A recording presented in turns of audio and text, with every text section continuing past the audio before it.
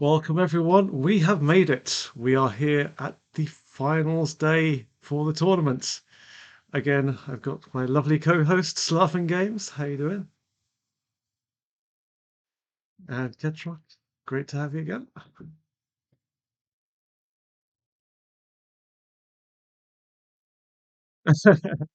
When are you ever ready? Actually, no, you showed up on time, so it's good. You know, it's ah. Wait, you're not muted, are you? Chance to say something? Oh, okay, Through the stream, Cat Rocker myself. okay. Now try now. No, no, you're coming through. I hear you laughing games. Maybe it's just me. Oh, Ah, No, okay. I'm coming through too. We're good. We're good. okay. Yes, False alarm. apologies everyone. I need to set up my devices better. So Hey, we're just continue. We're just No. having the finals be the way we started Yeah. off with minor exactly. audio blips. I was just introducing everyone and complaining about Ketrock always being late again, but she wasn't this time, so I shouldn't. So yeah, you can fill in the gaps for yourselves, guys. I'm sure you know the routine by now. It's Yeah, it's all good. in fact, I don't think we've ever had like a whole intro because there's Just, always something going on, but there's then we always always fix it. So, yeah, um, exactly. there's a reason why we call it the SC2AI community tournament, and that's because we're grassroots and Yeah, we are we are the base level community here. We're not the professional guys. So we're not your probots professionals. None of that kind of like production value stuff around here. Anyway, let's take a look at where we are with the tournaments currently. We are at the semi-final stage. Last week we had Eris continue the serene progress by beating Sharp and Edge 3-0. We had Zozo overcoming Tia, Benbot BC coming out through against Anibots, and Avocados pulling up a huge upset against Negative Zero twice. Okay, not only did Avocados beat Negative Zero once, it came through. We had to replay the games because of a technical issue with Negative Zero. So he came through again, and instead of a 3-1 victory, it was a 3-2 victory. So yeah, super exciting. And we got an extra cast out of it. So, can't complain. yeah, it was that rematch between the two was Oh, probably one of the best series we've had. Yeah. There was so much going on. Despite identical openings from Avocados, we got five different games just due to little things, and the yeah. way that Negative Zero kind of counters the timings were so pivotal. Um, yeah, and now we're gonna have two more best of five. Well, three more best of fives, and we are doing a third place match, eh? Or Yes, yeah, we are. oh, okay, So, I didn't know uh, that. yeah, so I think kind of like I was going back and looking at the final game of the 3-2 series between the Avocados. It turns out what the one of the main sort of like change points for it was his probe survived longer, which dragged his army back into the back of his base, which meant that his Phoenix didn't scout the army, which meant that he sent his Okay. army across. Hmm. And it's all these kind of little choke points that changed the game. And it meant that Negative Zero did not scout the army of Avocados, which meant that he ended up thinking that Avocados didn't have an army and sending all of his army across the map. So yeah, it's tiny little things that can change the course of SC2AI history. Yeah, that was a great series, and yeah, Yeah. guys, click the like button for the final day. It's gonna be some good games. Yeah. All right, so let's get into it. Let's have a look. First up, it's Eris. Again, hasn't lost a game this entire tournament yet. Been serene progress. Uh, and he will be facing up against Zozo, who's pretty much come through beyond the odd loss here and there. Doing pretty well. So and Yeah, and Avocados like always comes with some fun strats. yeah, Zozo is he won some macro games, right? Like it Mm, hasn't been like a cheese fest for him. He's actually like shown that he can take on some counter cheese bots and beat them in the macro game. yeah, Yeah, So impressive. uh, there was definitely some improvements, I think, put into Zozo's macro from the SEMA things anyway. Because yeah, they performed quite well, and we'll see whether the macro is going to be strong enough to go toe to toe with Eris, or if it will fall back to the classic Zozo cheese. yeah. All right, let's get into it.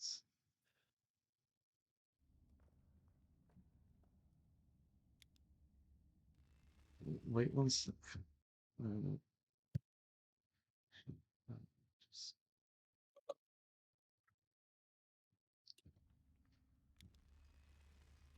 Okay, here we go. In the first best of 5, we have Avocado spawning in the top right-hand corner as the red Terran, and BenBot BC as the blue Terran down in the bottom right. So this will Oh, be an interesting one. We do have two I- bots that are wait, have I just loaded up the wrong replay? Yeah, I believe so. Yeah. Ah, production values, guys. This is awesome. One sec. I will have the right replay in just a second, guys.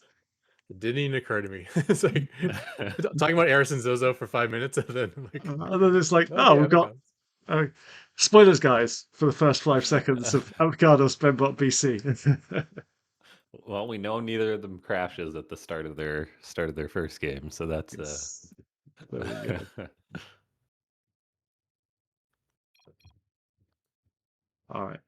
We have the right Okay, replay. so spawning up in the top left-hand corner of Meganotha, we have this red Zerg Eris, and the cheese master himself. It is the blue Protoss Zozo. Yeah, so this will be a tough task for Zozo. Eris is a tough one to cheese, and he's not like one of those mid-tier bots you can out macro either. And Zerg is pretty resilient against some of the things Zozos are best against, or does best, like cheese and Tempest and things like that. So Yeah, the author of Eris really has put in the work to counter Zozo and be more cheese resistant. And yeah, we'll see how this one's gonna go. As we do get a pylon going up inside the main base of Eris, as Zozo is banking its money, so it is committing to this from the SEMA things, 2 pylons, but so far it doesn't look very successful. As the second probe comes on in, it will be building more pylons. The gateway won't get down in time. So it looks like a simple drone pull from Eris is shutting this one down. yeah, but nice resilience here. He does build more pylons when the first ones get under attack, so I like that. And obviously during this entire time, his economy is probably stronger than Eris's because Eris has a lot of drones off the line. No pool put down yet, so it's not like there's lings on the way or anything either. And now the first gateways are getting produced. Yeah, the pool does just get started now. Looks like Eris is trying to. It stopped going for the pylons once the gateway went up, and now it's been just trying to chase the probes away with a few of its drones, just trying to bring in as many resources as possible. And it actually canceled its natural hatchery. That was pretty close to completion, I feel, as the drones are able to kill a probe, but not before it gets another gateway down. I'm not sure Zozo has room to build any more gateways. So No, we'll he see if doesn't. 3 can get it done here. Yeah. But nice resilience, and I also like how like he finds the places to put these gateways. Because obviously he likes building that flower of 4 gateways, and here he is obviously with the creep and the drones and the pylons, he had to like switch that up. Okay, we get a Um, spine and a roach warren on the way for Eris. A queen's building. No lings have been produced so far, so I'm guessing it's going to be drones trying to hold until roaches can be produced, along with the spine crawlers. yeah, I love to see those ults go, and there they go right now.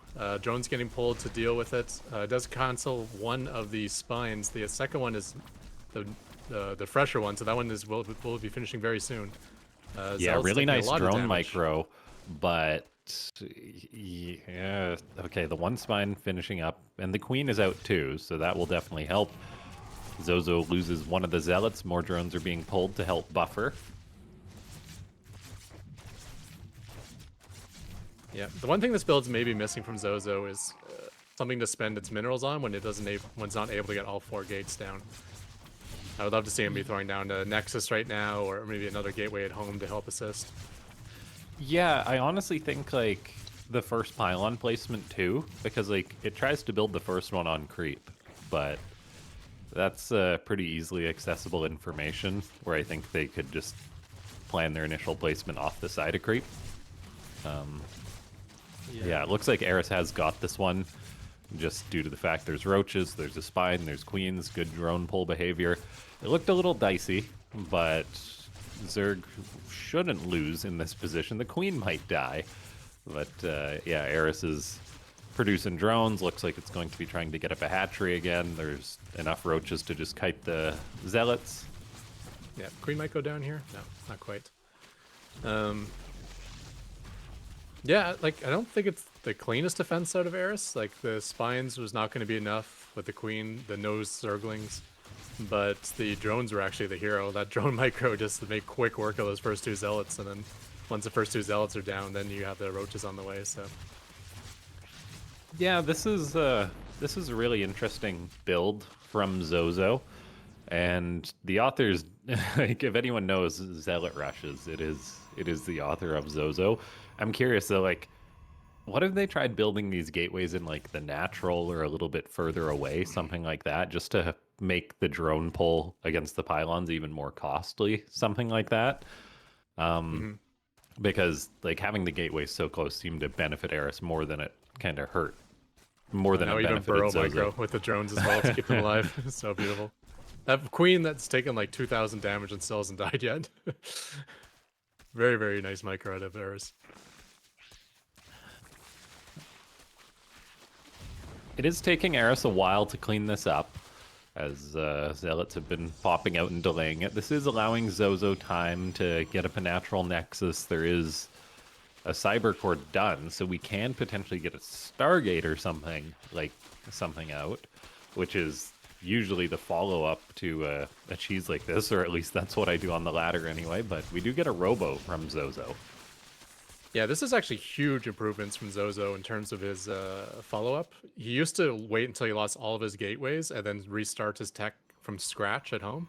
In this case, now he took the Nexus while he was losing that base, and then got his Cybercore up, got his gas geysers going, so his tech is actually in a good spot. And if he weren't facing Eris, I wouldn't say he's in a bad spot at all right now, because that's a lot of drones off the line early on, and he's had a full economy at home that entire time with a nice expansion timing. But you probably don't want to be in an even spot versus Eris. You probably want to be like way, way ahead if you want to have a hope against him in the late game. Let's see how this goes. Yeah, you do, but honestly, Zozo's doing what I think they should be here. They've already started a 3rd Nexus. Yeah. And that's the Policy, same timing fantastic. as the Zerg's 3rd. Really, the only thing that Eris has had distinctly going for it after this cheese has been the fact that Eris had a little bit of an army, but it's not counterattacking with that army, so it's not really useful. And yeah, Zozo is saying, okay, we're going to be playing the later game. So it is actually, so it's saying, okay, if we're playing the late game, I'm going to need an economy to match Eris. This is absolutely the right decision to go for this quick 3rd Nexus. The author's now throwing up a Stargate, rebuilding their production inside the main base, getting up a forge. Like, Zozo should be okay to play this one out, unless Eris goes for one of its, like, sort of mid-game timings, but I think it's usually just a Ling Flood, and it's not going for that, so... Nice decision by the stock grid to ignore that one Zergling that was trying to bait him away and get him going for the Zergling instead. That's was annoying the 3rd base, because that Zergling would be killing probes that were building there. So now he's cleaned up the 3rd of these 2 Scoutlings, and yeah, he can get that full 3 base saturation going really quick. Yeah, and Zozo was actually attempting to build a 4th base too, but it got Ling kind of pushed the probe away. So we'll see if it starts that up again soon. And there's actually a regular old Phoenix being built by Zozo. Interesting. I don't think I've ever seen Zozo build a Phoenix before. No, Phoenix is one of those units that we probably haven't seen full potential out of from the bots. There's Okay, just to get overlords, eh? yeah, that's a nice use. Typically, I would suggest a Void Ray for something like that, just because a Void Ray can also do a whole bunch of other things for you. If you just want to clean up overlords. But if you want to go into multiple Phoenix and start like picking up things, and that's something we haven't seen bots like really abuse really well. I would love to see a bot try going mass Phoenix. I Probably think negative zero is the best at it nowadays, but there's still a lot of improvement possible. yeah, Probe Micro is going to do really well versus these Zerglings. Yeah, yeah. look at that. Zozo's probes with a battery are just like so good. It's ridiculous. And the Phoenix does find a slow overseer, so that's a big deal, denying Eris's vision. Zozo's already producing Tempest, and yeah, that's exciting because Tempest has been a bit of a weak point for pretty much all top bots. So Yeah, I uh, would say Zerg is probably the least vulnerable to Mass Tempest because they can kind of ignore it with their huge army counts. And Zerg Disarmies just has a lot of hit points for a cheap cost, so it takes a long time for Tempest to do much of anything. But with that said, I mean, you get a lot of Tempest versus anyone, you're going to be looking really good because it's basically free damage with Bot Micro. It's very hard to yeah, finish those Tempests off unless you get like a big batch of Corruptors or hit a nice Fungal or something. yeah, and it's how Zozo kind of supports the Tempest too. Like it's got probably almost 20 stalkers on the map now. And so if say Eris commits to too much anti-air, something like that, or it dives after the Tempest, the stalkers can potentially just shoot and kite back to get damage. So it does it's not just as simple as countering just the Tempest here for Eris. It will need a Yeah. composition that can handle the stalkers, handle the Tempest too.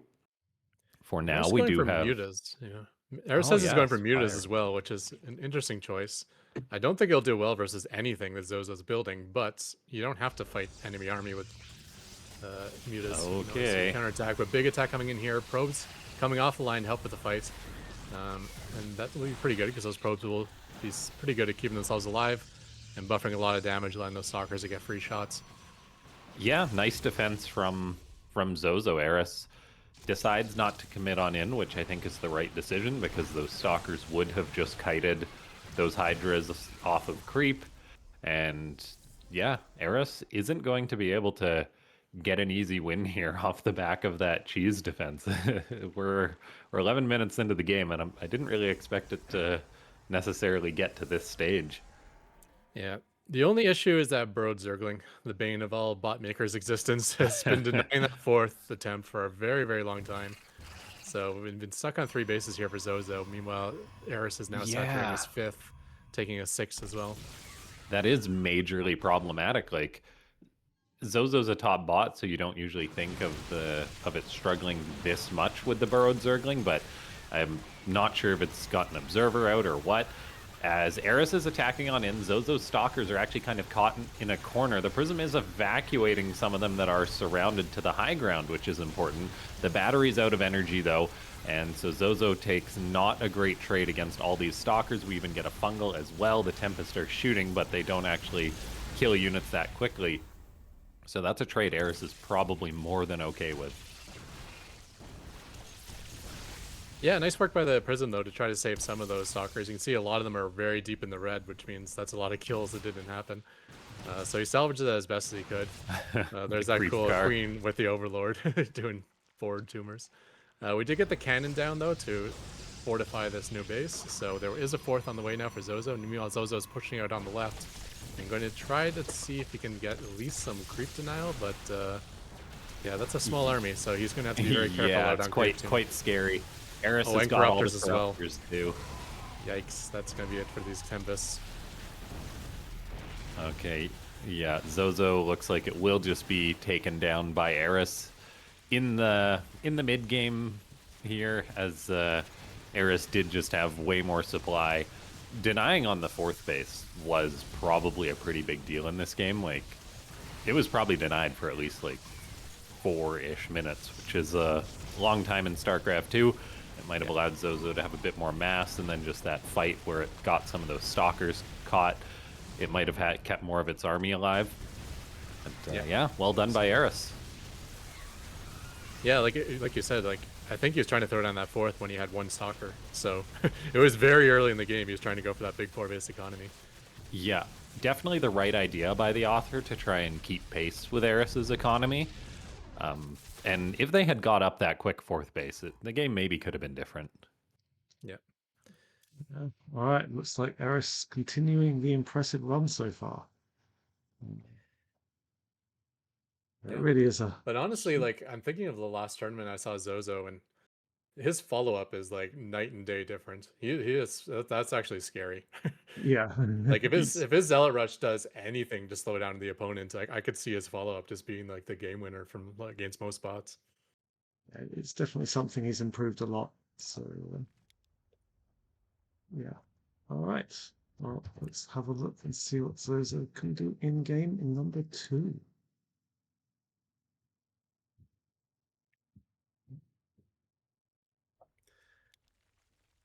Okay, so here we are in game 2 on Ultra Love. Eris up 1-0 is the red Zerg spying in the bottom left. And up in the top right, we have Zozo once again sending out an early probe. And yeah, I like it. Just because I know his follow up is so strong now, I'm not so scared about whether he has to actually win the game on this cheese. I would like to see him try maybe setting up the zealots maybe outside of the main base, I agree just as on that one. a shakeup. Although, considering how well Eris held, I think Zozo did as well as he could being in the main base. He has a Yeah. lot more space as well now. There is a lot more space, yeah. That we'll see if this will make a difference or not, because who knows, maybe Zozo can fit 4 or 5 gateways or something in here instead.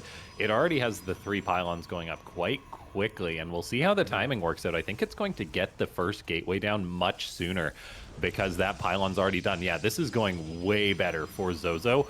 The first gateway had to wait for the second pylon in the previous game. Eris is already abandoning part of the drone pull, although those 2 drones are sticking it out to finish off that pylon, which is a nice little touch. But yeah, it's going to be more about those, more about the spine, queens, and roaches already. And yeah, this timing is going to be a lot tighter for Eris to deal with. Yeah, and the nice thing is, like, since there's so much more space, all these pylons are powering everything. So it's not like killing that pylon like The depowered one of probe's those gateways. attacking now. Look at this. Zozo gets up the last Except gateway he's it gonna wants lose to them. build, Okay, there and we then it starts being a jerk with the probes. I love it. Not leaving those probes as a resource on the table, getting them to do what they can. The first 2 zealots are already being chrono boosted out. The spawning pool is not even done.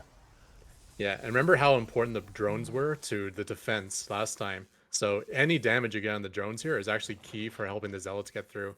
Getting these drones into Yeah, the yellow, that into the orange, that's a big deal. yeah, that might make it one less zealot swipe to kill the drones. That spine's going to be canceled very quickly. 1 drone has already fallen, but so far the micro is good. Eris attempting to rebuild that spine crawler, but so far unable to place it due to the workers blocking it. It gets canceled pretty much immediately. And there's already 3 more zealots being built at a time. Eris is burning through its pool of drones. There is 1 zealot with low HP that does need to be finished off, as it's actually getting swipes off on the spine crawler, and that's very problematic. Queen pops out. That does force Zozo back momentarily, so the spine crawler will get up. Yeah, but I mean, all the zealots are still alive. Those shields are going to regenerate. We'll see how the second push goes. I wasn't so happy with the way Eris held last time. I felt it was like it was all contingent on the drones. So now that they get a much better attack out of Zozo, we'll see. That Queen will end up surviving just Yeah, barely, 3 but a lot of zealots. drones did go down again. And now the spine crawler. Oh, Zozo pulls back. Yeah, but I don't mind that. He gets to regen those shields yet again. Oh, this queen is playing with fire. Yeah. Another queen did pop out, so that's going to add to the HP pool to buffer for this spine crawler. The spine, though, is eating more shots. Drone is pulled off the line to try and help, but Eris is down to 6 drones. Yeah, those drones have been dying the entire time. He's been keeping the spine and queens alive, but the drones not so much. Yeah, and now the spine's dead, so I think Eris is dead queen's too. going to go as well. Yeah, queen is down. Yeah, it's just, against something like this, like trying to wait for roaches, and especially if you're going to invest in burrow as well, it's almost like if you can hold that long, you've already won anyways. So yeah, the roaches really aren't key to this defense. It's more, I would really prefer more spines and zerglings and skip the roach horn altogether. Yeah, I think Eris did build some drones between the time of the spawning pool being done and like building the spines too. Yeah, if those were a few lings, that would have helped out a bit more. All right, so Eris has lost its first game of the tournament, and it So we're is in no game one. longer. Yeah, Yeah. In game one, it felt like the key factor was like the drones just being so good against those initial two zealots, and in game two, it was about the probes getting so much chip damage in to make it so like the zealots could actually clean up the drones. I mean, yeah, like I reward both those victories to the workers of the match. definitely. Victory to the workers. We're all communists here. Maybe not. All right. Anyway, let's have a look at game number 3. Sorry, I can count. What was that? Yeah, now that Zozo has got that first point on the board, it really puts this series more up in the air. Hmm. Yeah. I mean, I think if I had to pick someone, I'm kind of liking Zozo now. I think Eris is probably the toughest matchup for him, but I liking everything I'm seeing out of him. Just to get the intros the way, we got Eris in the top left as a Zerg and Zozo down in the bottom right, and we are 1-1 now. Um, and like I said, I'm so impressed with the follow-up of Zozo. I feel like he doesn't have to win with this Zealot Rush. Like if he Yeah. just like does like pretty good damage, then I kind of like his Yeah. spot for the Oh, and look at all follow-up. the Yeah, space here on pylon too. yeah, yeah. The other thing Although is we Eris do has have a been pylon for Zozo back at home. okay. Interesting. Okay, I'm just gonna step aside. I'll be back in like 60 seconds. Yeah, no problem. So this time Zozo just coming in for the scout. I would love to actually see him throw it in a pylon, just because we've seen what Eris reacts with like 6, 7 probes off the line. So you know, throw that down, get Yeah, 7 drones offline at the start of the game, and then cancel. It's a 25 minerals to like completely mess up your opponent's economy. definitely And you worth it. definitely Yeah, have to respect the pylon of Zozo as it's super scary. yeah, So interesting in that Zozo's choice where he wins with the cheese and then immediately abandons it. I like, I do like how he's kind of tries to stay a step ahead in the mind games. He's like, well, Eris might switch up his build, so I'll switch up mine as well. yeah. Eris, meanwhile, Normally, taking a third base here. Yeah. normally you'd get drone robots that would just kind of like say, "Oh well, I've won with a build. I'll keep rolling it." But anyway, here's Laughing Games back. So yay. Yeah. Thank you. Yeah. Um, So was there a pylon block at the natural, or is Eris just being a little cheeky with the placement? Yeah. Maybe the I think there must probe have just been. happened to be standing there as a drone came by. Sometimes that happens where the instant you Yeah, decide where to put down your expansion, there happens to be a block at that moment in time. But it could also just be like a cheeky location in case of a zealot rush or something. Two Ling's going to be pushing this probe back home. We do have 2 stalkers and a battery on the way at home for Zozo, though. Interesting one base setup here. yeah. This is its kind of incredibly delayed macro build. In It that does. we'll Is see it if going to it be if it throws macro? up an expansion. It's arguably a bad thing here because it's going to be so late. Yeah, but I mean, hmm. I can't remember which bot it is. There is a bot that expands very slowly while it's massing Tempest. Um, and you did Might be something like Argo this where it bot. opens, yeah, where it opens 2 gateway with shield batteries. I mean, that's kind of Zozo. That does Yeah, that. yeah, that's what I'm thinking. But Like it might be this build here, but there's a robo on the way, so maybe not. yeah, like I think it's usually like it'll get up a Robo, a Prism, and then like 8 Stalkers, and then it will expand sometimes. Like it almost sets up to go for a timing attack, and then it doesn't. So we'll see whether it actually commits fully to that timing attack or whether it will just go for the later expansion. I'm curious how this will play out. As long as Eris sees this coming, it should have no problem dealing with a Stalker timing. It'll just build Lings. And yeah, so we'll see. Is Zozo going to expand or is it going to commit with the Prism? Who knows? Maybe it'll do some fancy Prism micro and be able to get aggressive. Eris, though, has a scouting Ling. It sees the Stalker count, so it's building quite a few Lings back at home in response to this. Zozo's now going for a Stargate inside its main base. Yeah, Yeah. it's just this is the build that makes me nervous for Zozo, just because it's basically giving Eris all the time in the world while it slowly goes to Tempest on one base. Yeah, it's probably a build that works well on ladder. You know, it's the Tempest are your late game victory, and your early game you have like this really great defense against cheesing bots. Yeah, But will it work against a bot like Eris? Likely not. What a build like this is going to be very reliant on is infinite value from Tempest. You're going to be behind in economy, but you're going to be safe, and you're not going to die for a long time. So you're going to get up to your 6, 7 Tempests, maybe more. And can you turn that into like infinite damage or not? Is going to be the question. The early yeah, Robo, I think, was maybe just for War Prism because there's no Warp Gate on the way. There's no Immortals on the way. So it does seem like it's going to be Stargate based defense here. yeah. Zozo is building a lot of stalkers. Like, there is a chance it might try and get aggressive with these because this seems like a lot. Yeah. There is still the very delayed Nexus on the way. If you take a look at the worker count, it tells the story.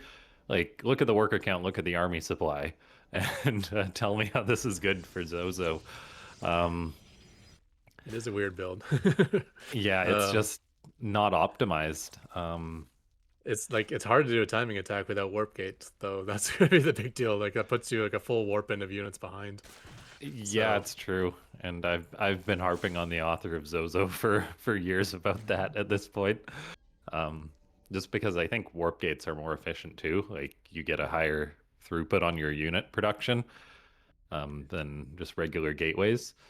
And yeah, like we have seen games where Zozo will go for like I think I want to say it might have been versus Tier or someone maybe where Zozo went for like it did go for the delayed Nexus, but then it went for a very quick third base to kind of compensate for it. But we're not getting that in this game. And Eris is already at 71 workers. Zozo's still just building more stalkers. We haven't even seen a fleet beacon yet, I don't think. no, the Stargate has just been for show. Thus far. So it's just been two stalkers at a time, and whatever he can afford otherwise. Yeah, a little sad that he hasn't saturated his natural yet. I mean, the probes could have been building that whole time, so you could just like Yeah. instantly saturate when you take the natural. And Yeah, now the third, fourth, and maybe even the fifth base location are blocked. So Zozo's sending a probe to the gold base because it's had all the other bases blocked. Ling's just killed that off, and yeah, there's not even an observer for Zozo, so this is a bit anticlimactic potentially after the previous game. yeah. I think maybe Zozo was thinking Eris might cheese him after Eris lost versus cheese. Yeah, So maybe like he was expecting an early pool or a Ling flood or something along those lines where he'd be one step ahead in the mind games. But Eris is even seeing one base, Eris still went up to like 4 hatches of his own. He's just light years yeah. ahead. Yeah, I Uh, think this is just a build like that the author of Zozo throws out every now like in a series just because they need 5 builds. So they're like, oh, okay, I'll do my sort of slow macro build once. Yeah, Eris is falling back away from all these stalkers. The Zerg, though, is up 30 army supply, pulling back to creep. Not a bad idea while it's waiting for 1-1 and range on the Hydras. The Zerg, though, is still building drones, as bots can do that macro while they also are microing their units. There's an infestation pit on the way. Zozo poking out a little bit, but it is securing a third base back at home. yeah, that's good. So he was able to clear that out. I mean, he has been building 2 stalkers at a time, and he hasn't lost any that I know of. So he must have a pretty decent army count at this point in time. It's Yeah. Um, 62, so I guess that means 31 stalkers, or maybe 30 with a war prism. is a few Lings are really trying, but they're not having a ton of success there. So that's actually a rare blip with the Lings from Eris. Usually they're pretty on point, but the Hydras just put out so much damage. They do have their range, which makes them way better against the Stalkers. And Eris is just happy to trade out against these Stalkers, although it does retreat momentarily. The Zerg's actually firing up 10 drones, so this is making me a little bit nervous here. As yeah, Eris maybe not respecting this as much as it should, as the Hydras are fighting the Stalkers. Zozo is getting efficiency with that Prism, and it is doing a great job keeping those Stalkers alive. Yeah, I mean, unbelievable efficiency. If you guys want to see something great, just like rewind and check out what that War Prism was doing. Every single Stalker, as soon as it ran out of shield, was getting popped into the back of the line. Yeah, nice concave for Lings will Eris. help a There's lot, some though. Lings yeah. and Hydras is the ultimate combination versus Stalkers. And Blink when oh man. Yeah, Zozo scatters it. It looked like it might have been getting some momentum there, as Eris did kind of take an uncharacteristically bad fight with a pack of Lings, but yeah, the Zerg's been maxed out despite these losses, and yeah, bad fights is perfectly happy for Eris to take. You know, he's happy to lose like 3-1 as long because his economy is just so much better. As long as you're killing some Stalkers, that's all that really matters, because there's not going to be the big remax out of Zozo with a smaller economy. No, really nicely done by Eris, doing exactly what you should against an opponent that chooses this build, like blocking the expansions with the Lings. Very nice touch. Looks like the Hydras are struggling a little bit. Can't decide which way to go. Getting the Stalkers pretty well of by these Zozo Stalkers. just formed such a nice concave there that Eris, didn't know what to do. But yeah, no, Eris is just a monster for a reason. I think in the first game after that cheese, like Zozo had the right idea where it was going for extreme macro, like trying to get up the very quick fourth base, but in this game it was just so much later, and we kind of see the result of that.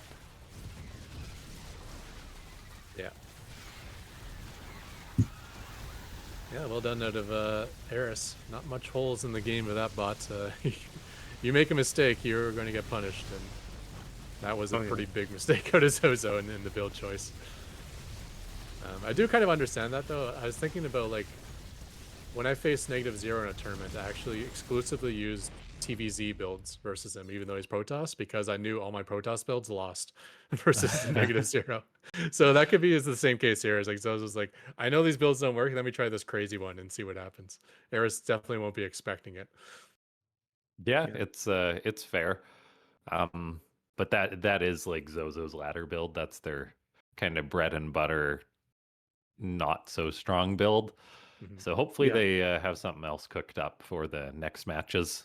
Oh, I'm sure Zozo has plenty more cooked up for this one, so we'll have a look and see. I actually wouldn't mind it too much if you prioritize the Tempest. Like, yeah, forget the Robo, go straight into Stargate, Fleet Beacon, start the Tempest. Keep making those Stalkers 2 at a time and expand slowly where it's safe. Yeah. Because then you get up to like 3 bases. Maybe you're against a 7-base Eris, but you're at 3 bases with like 15 Tempests. And you never know what 15 Tempests can do. Sometimes they can get like really, really good value. So you got a fighting chance at that point. Yeah, that's the thing. The build just like, it's not exactly a macro rush. It's not a Tempest rush either. It's just like a slow build up. Busted OS says Zozo tends to be passive when scouting the pool first. So maybe it was the hatchery. Yeah. Not seeing the natural hatchery that threw it off. Well, yeah, he did go 2 gates and a defensive pylon on the ramp. So yeah, you might have thought he was getting cheese because of the early pool. Maybe just a misread. Possibly. All right, let's have a look at game number 4.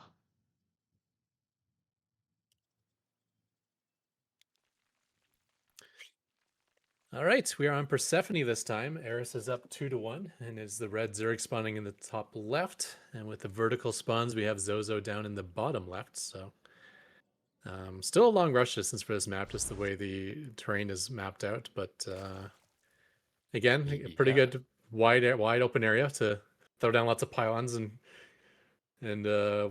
gateways. That worked out quite well for him in game 2. Let's see if Zozo can repeat that, as it appears he's going once again for the Mass Zealot opener.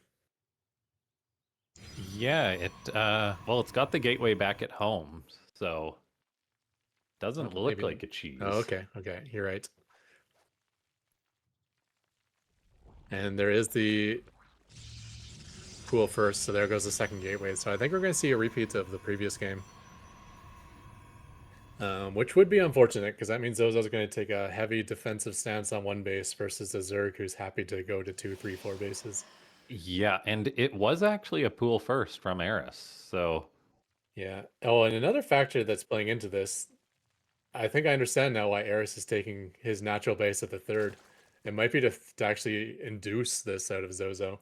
it Zozo could sees be, a yeah. pool and no expansion.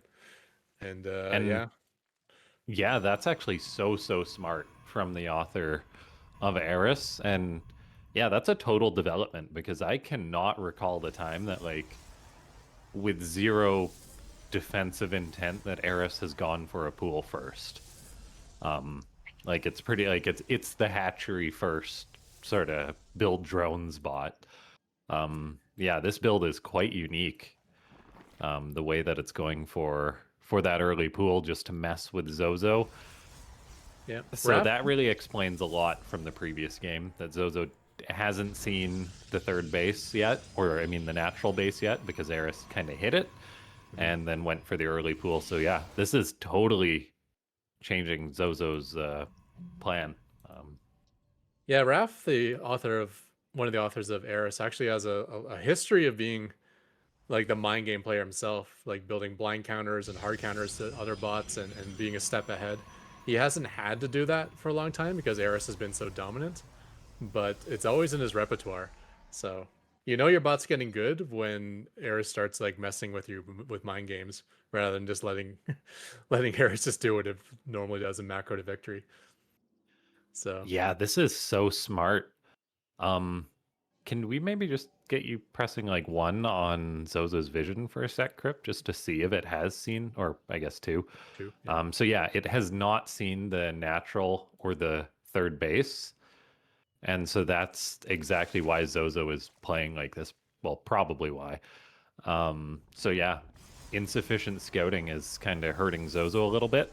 If it saw the natural in the third, it might just build its own natural much quicker. Yeah.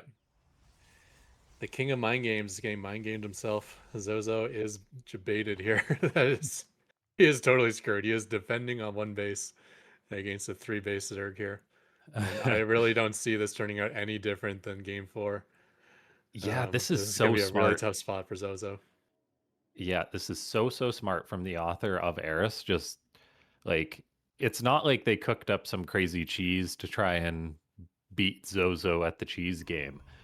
They just made a little tweak and it's paying big dividends. Eris is actually firing up a significant number of lings. I guess it's probably just in response to the one base Protoss though, like it did in game number or the previous game to ensure its safety.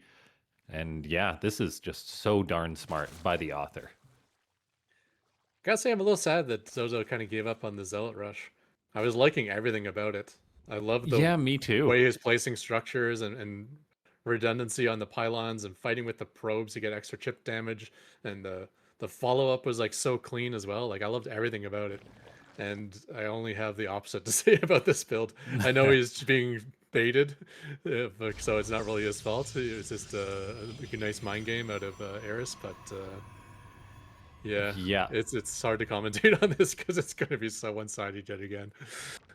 this is a phenomenal example of how you can play your opponent when it Yeah, comes to bot games. It's not necessarily about programming better micro or better like yeah, just being more efficient or whatever. It's literally playing your opponent and thinking about how an author programs in responses to something.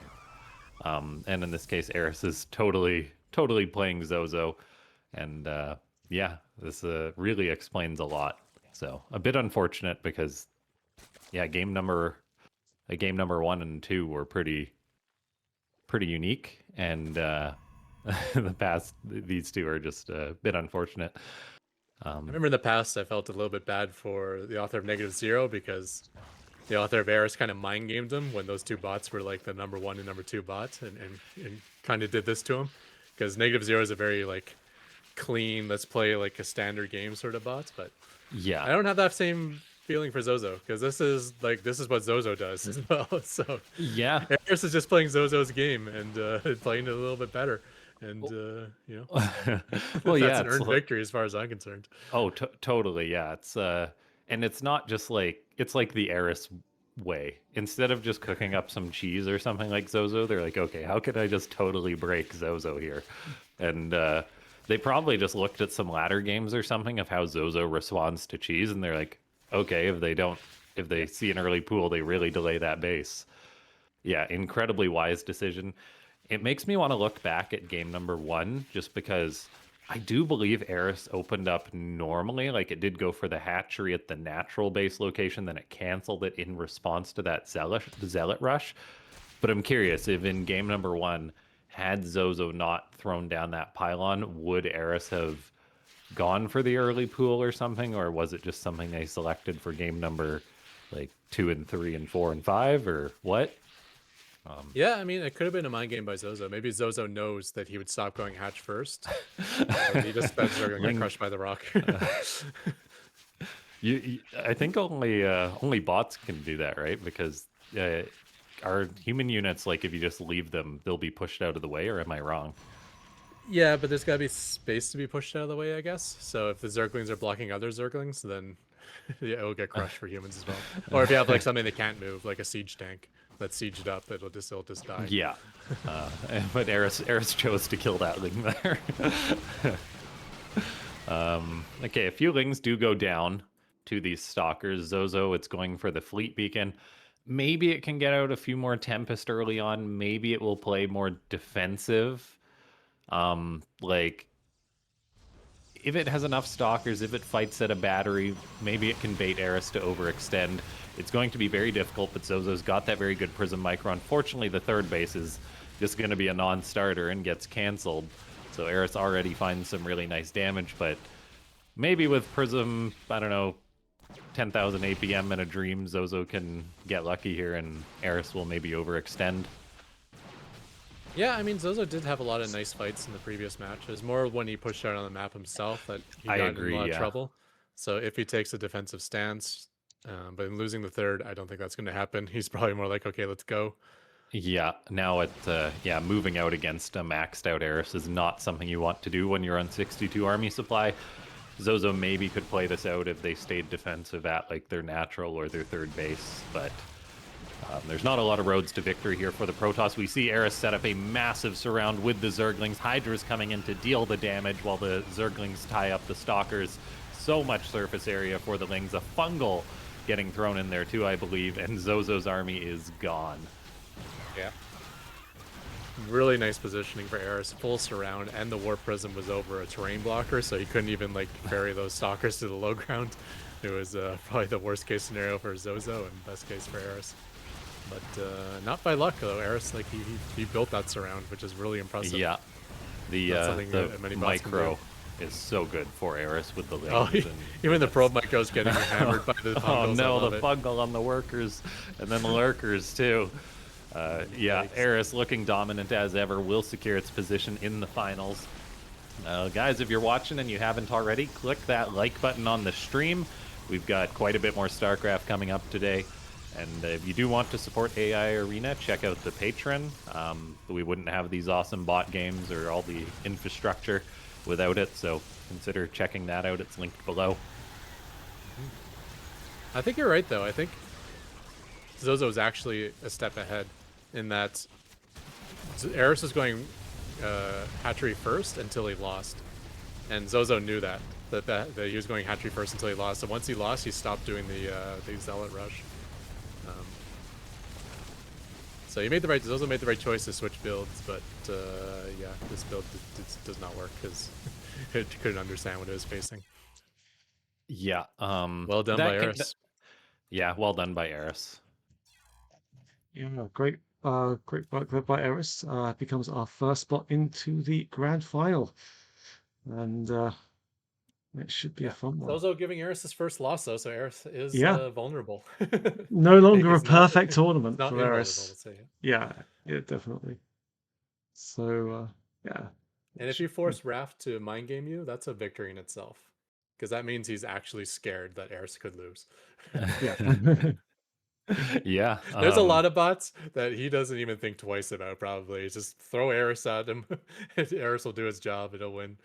Yeah. Zozo is scary, so you got to give it a little extra effort to stay a step That's ahead of him. a victory in and of itself. So, Yeah. all right. So Yeah, that next, was. oh, sorry, go ahead. Oh, I was just gonna say, I think that that's also something that probably games like that probably motivate the author of Zozo a little bit, I imagine, because fixing that is not too much work. All they need to do is scout like the natural and the third and the fourth, and then And they'll then probably Yeah. Eris will move his expand much base to quicker. fifth. Or Yeah. maybe just make your one base defense less committed, I guess, Yeah. Definitely. because it Uh, could also be just that that's a big overreaction. yeah. All right. So next up, it is a Benbot BC. Kind of taken a sort of like roundabout route to this final. Lost to -0. Came through. His only loss so far, which is not too bad.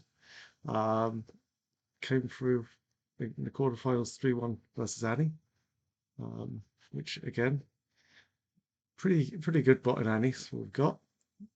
And he'll be facing up against our surprise package, the defeater of the unkillable -0 in the last round.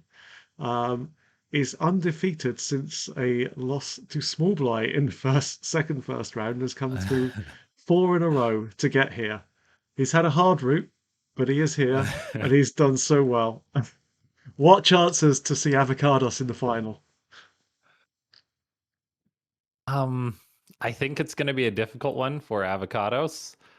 Uh, I think Benbot and -0 are very different beasts in that Benbot builds lots of tanks and plays defensive, which it can just be a wall for Avocados to potentially run its mass marines into, but we'll see. The authors have probably done quite a bit of prep, and so I'm just here for it. So Yeah.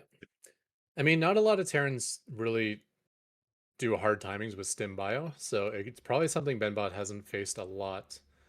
Benbot loves his like defensive setup, the wall, the bunker, the Widow Mines, the siege tanks, even the Liberators later on. But I've also seen weaknesses in Benbot's defense, like especially if he goes for the bunker contain. There's usually this window where like you break through the bunker and you can just go and like flood your way right into the victory against Benbot because he is too committed to the bunker contain. So we'll have to see how it plays out between these two. Yeah. It should be a fun But one. yeah, I think we're at the point now where it would almost be surprising if we don't see Benbot in the final four. He's really stood out as maybe not at the level of Eris and -0, but one of those like bots that's like clearly top 5 nowadays. Yeah. So yeah, he's going to be a Ben tough one to beat for anyone. Benbot is pretty much a hard lock for top three bots. It Mhm. it really struggles against top one and top two, but everyone else it Benbot does very well against. So Yeah. let's see how it does. Yeah. Let's have a look at the game.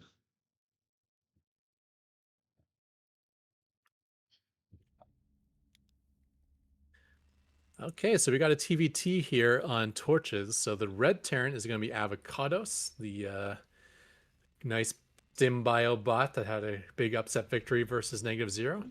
And then in bottom rights, we have the consistent bot. It is the blue bot, Benbot BC. Been a top 10 bot for years and years and years now, and has Oh, consistently gotten better and better.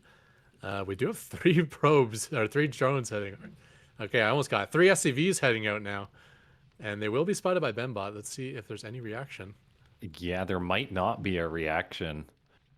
Um, I Benbot's imagine going for a Benbot. proxy of his own. Yeah. Oh man, this is gonna get wild. I love this decision by the author of Avocados because I believe head-to-head Avocados with like its regular build didn't have much success, but you throw out a proxy, you really throw things up into the air. So yeah, I'm a big fan of this decision. And now we've got Benbot just with 1 Rax and a gas on the way. versus Avocados, which will have a lot of marine building potential that will probably get to Benbot around the same time that Benbot has like one marine on Avocados' side of the map. Benbot might be focused on like bunkering the natural of Avocados here while it's just going to be under huge assault at its own Yeah, base. I'm wondering how much reaction there is from Benbot because he has scouted the lack of anything in Oh, Avocados' base. So will yeah. he commit to the bunker contain, or is he going to try to defend? I'd love to see a bunker thrown up at home. I'd love to see the Marines head backwards rather than forwards. Oh, Let's I see what think we you're get going here. right. Is that going to... Yeah, it is a Yeah, that's all. bunker.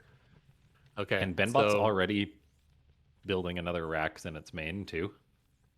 yeah. So I'd love to see those Marines head back home for Benbot as well. If he can get one Marine in a bunker. Oh no, he's actually going to try to deny one of these, and he might get it. Yes, he denies one of these barracks. That Marine is short on life though, as Avocados does have a couple Marines pop out of his zone.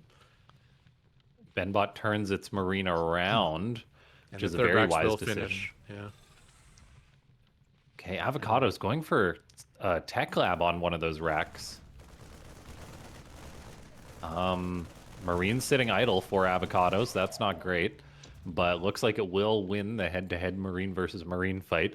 Very nice combat decision from Benbot. When its Marines outnumbered, it was pulling it back. Yeah, now it's Avocados that's outnumbered, at least in hit points. But not with four more Okay, Marines. there on we the way. go. Very It nice. grabs the rest of those. This is quite nice for Benbot, though. It's buying itself lots of time just with its own trickle of Marines. It's got, I think it might have even built a second bunker on its side of the map. Yeah, And let's as see how long as there's Avocados one responds Marine. to these bunkers. Yeah, one Marine to put in that bunker. Benbot is fine. Avocados, though, doesn't actually... Okay, it looks like it's being played with by the wall of Benbot a little bit, maybe, but then it does just send its own Marines home. And it's even building Marauders. Oh, this is not the game I expected between these two. Yeah, Avocados is actually, he waits for the reinforcements, so he didn't commit into those bunkers and die Oh. instantly, although this wasn't enough to try to break through. But he's Yeah, holding he back does. yet again. Let's see if he actually pulls up Bio, because if he pulls up and has like a few Marauders in there, he could break through these. Yeah, the bunkers are empty right now. Yeah. Oh, but I don't think he Avocados, recognizes it though. Well, yeah. Oh, there's actually one Marine in there. Okay, so Avocados does have to abandon that assault. It does get a nice pickoff because Benbot sends some of its own Marines out. Avocados has got a command center going up on its side of the map. It's stimming forward. It targets down the SCV. That's quite nice. Unfortunately, it will not have enough supply to actually break that bunker, so Benbot can just pull more SCVs and repair.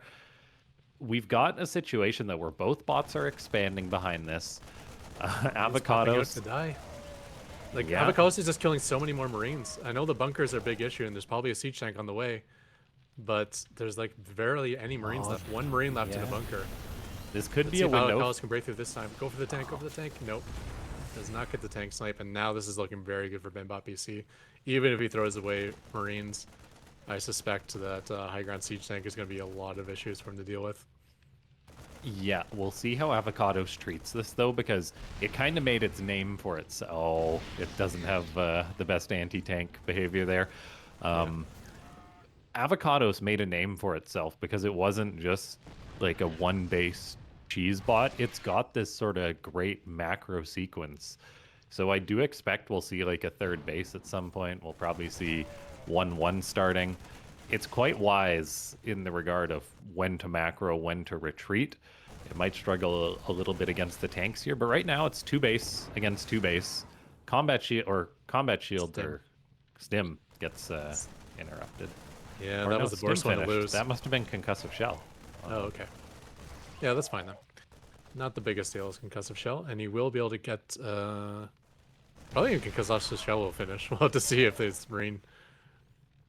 Yeah, I think he'll get all of his upgrades done. I'm a little bit worried about what these Marines will do, being proxied across the map. Because if they're just going to keep dying to siege tanks, that's going to be bad for Avocados. Yeah. If he can pull back home and like build up that force at home that he likes to build, then he might be able to get to a big enough bioforce to actually break through.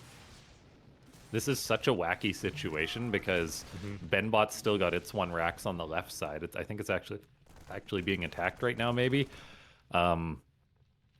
So both bots are kind of just spitting out bio units that are skirmishing and have been all game. Um, we've also got this very unique situation on torches in that Benbot's mining out the gold base wall at its natural.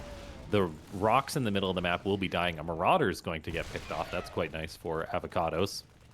Yeah. So the pathing on this map will change as well, and we can kind of use that rock. If we look at the sort of the center of the map where those two rocks are, those will eventually die and change the attack paths here, which could be a good thing for Benbot, could be a bad thing. I'm leaning towards bad thing just because the more attack paths for the probably aggressive biobot, the better. Avocados does have a third on the way, which is quite nice.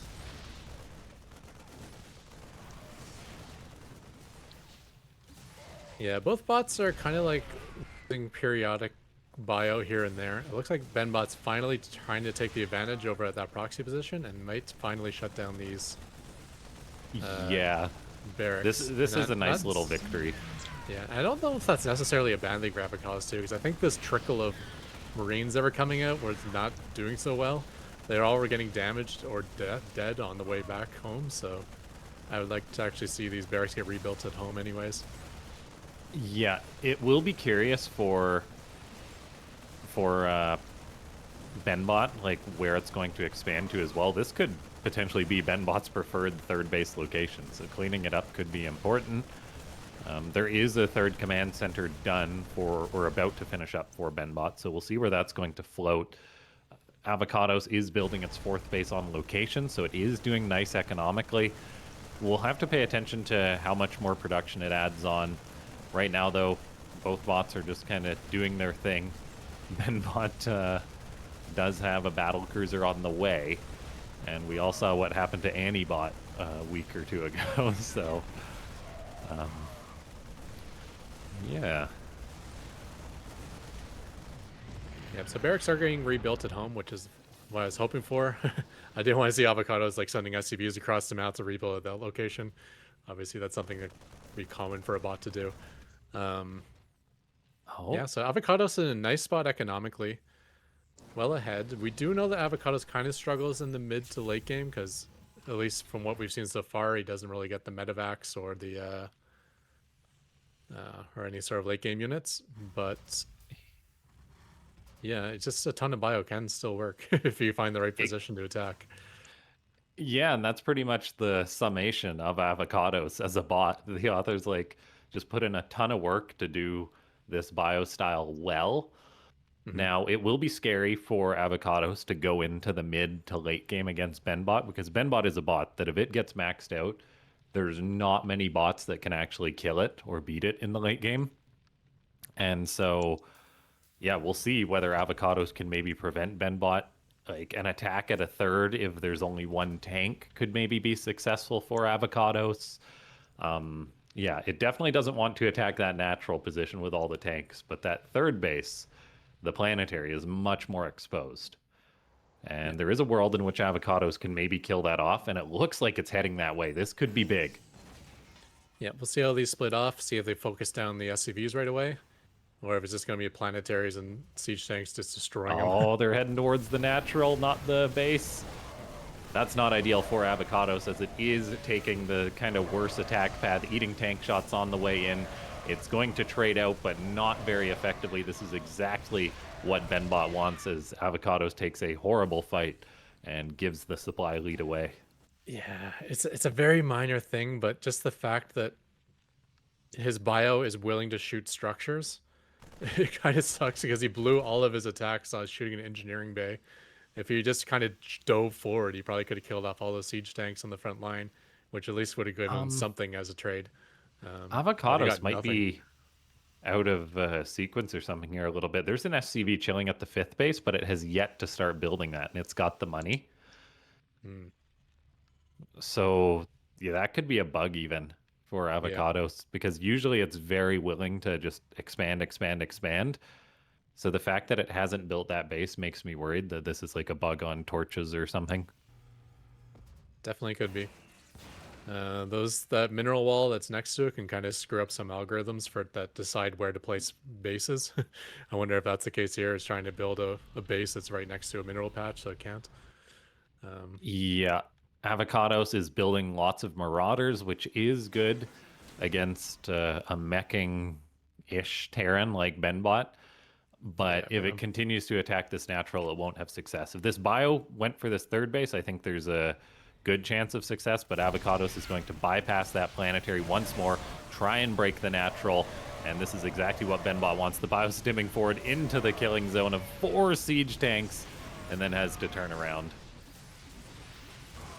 yeah, we knew the late game was going to look worse and worse for Avocado, but yeah, unfortunately, not even just one decent attack. I would have loved to see if he just like powered forward into that planetary, picked off all the SCVs and the siege tank. You know, there's a chance he snipes that third for his entire army. Maybe that's okay. I don't know. Yeah, But yeah, it's really unfortunate, because Avocados, it is floating money, which is one of the things that I have. It's a bug from the round of yep. 8 on that the author accidentally had happen. We saw it against -0 where it was floating way too much money and not building enough production. Now it's got this bug where it is not building this extra base, so that might shorten its lifespan in this game. Hmm. And then yeah, I'm a little bit curious because against -0, we saw it go for these split attacks where it hit like 2 locations at once. Like it didn't just dive the natural like it's done this game, which makes me curious. Like, what conditions would have to be met for it to decide to like send an attack towards the third or the fourth base? Yeah, I mean, I think there's a good chance that both of these issues it's having, one with where it's deciding to attack and the other one with not expanding, could be specific to this map. So that makes me feel a little bit better, but now the BCs are actually jumping in. I mean, this game is probably already over anyways, even though Avocados is Oh, maxed we out. do We'll get an be able to attack at deny a the fourth. new Yeah. base. Benbot must have lowered its depots or something, which maybe changed the angle. And Avocados actually gobbles up a good chunk of the siege tanks. Yeah. So it is But there's no weird to look at this BCs in his main, though. situation. Yeah, it's weird to say like Avocados was at 200 supply, but the game's over, and it probably is, as you don't really beat Benbot's BCs with Marines. We saw Antibot get absolutely destroyed by them, a couple weeks ago or last week or something, and now we have got Benbot just rolling the main, teleporting in more BCs.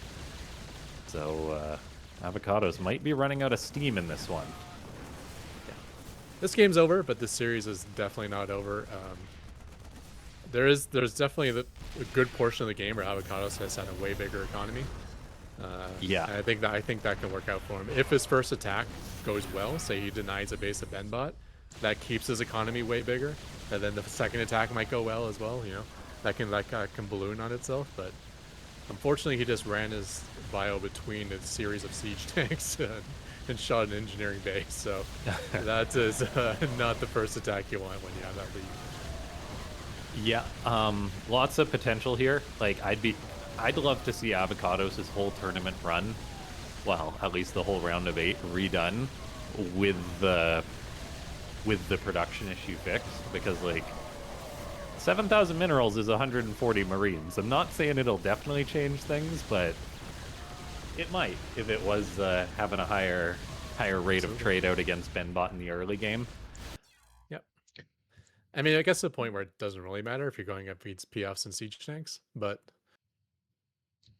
Yeah. yeah, it can matter if you start with some early success, because then Benbot never gets to that massive siege tank count and the BCs never get started. Yeah, it can work out really well for Avocados if things go right.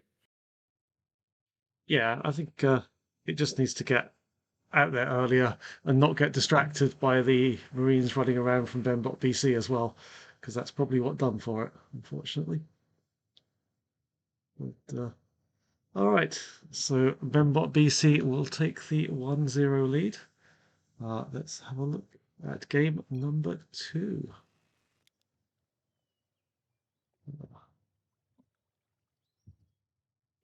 One sec.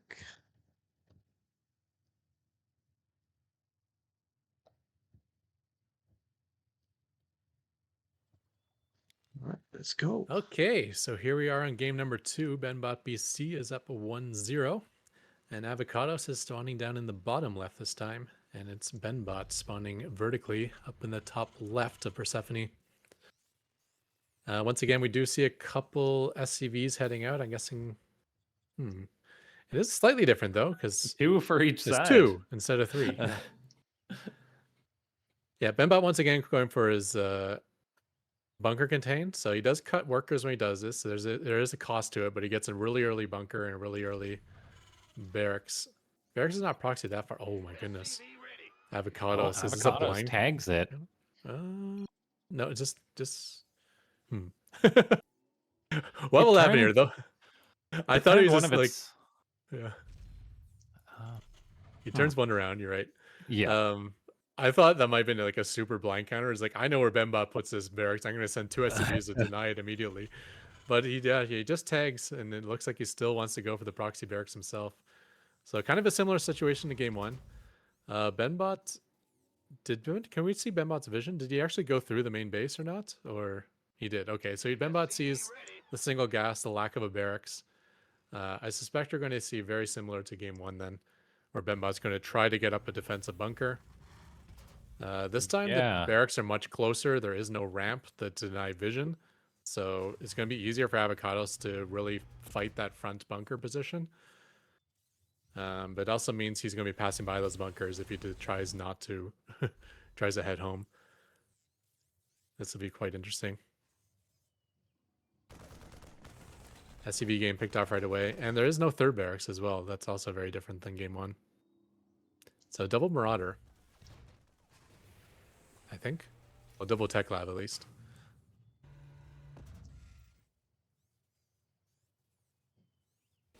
Will we see a Marauder out of this one? We do. So, okay, this is going to be a double Marauder rush. I'd love to see a Concussive Shell as well. Super cheap and fast upgrade.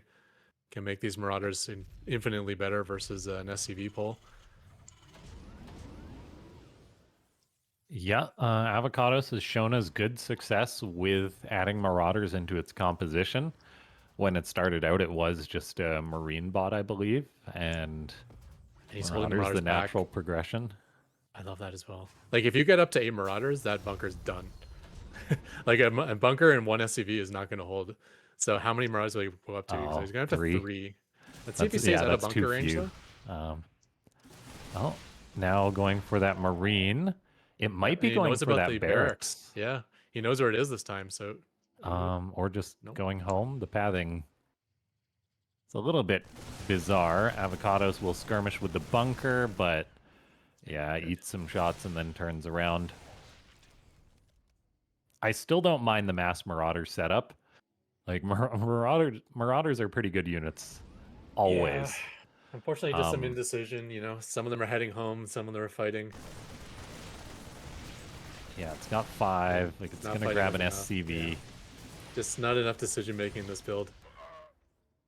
All the potential is there to, like, not take damage or to bust right through.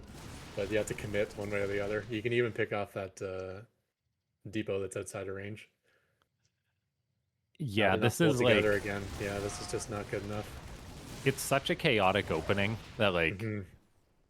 You can't really fault the author as well, for this. Like, we've got 2 proxy barracks, 1 barracks, a Marine trickle heading home against Benbot, which is a bot that always double bunkers. But Avocados is doing all that we can ask of it in building a command center on the low ground, which is quicker than Benbot's own command center.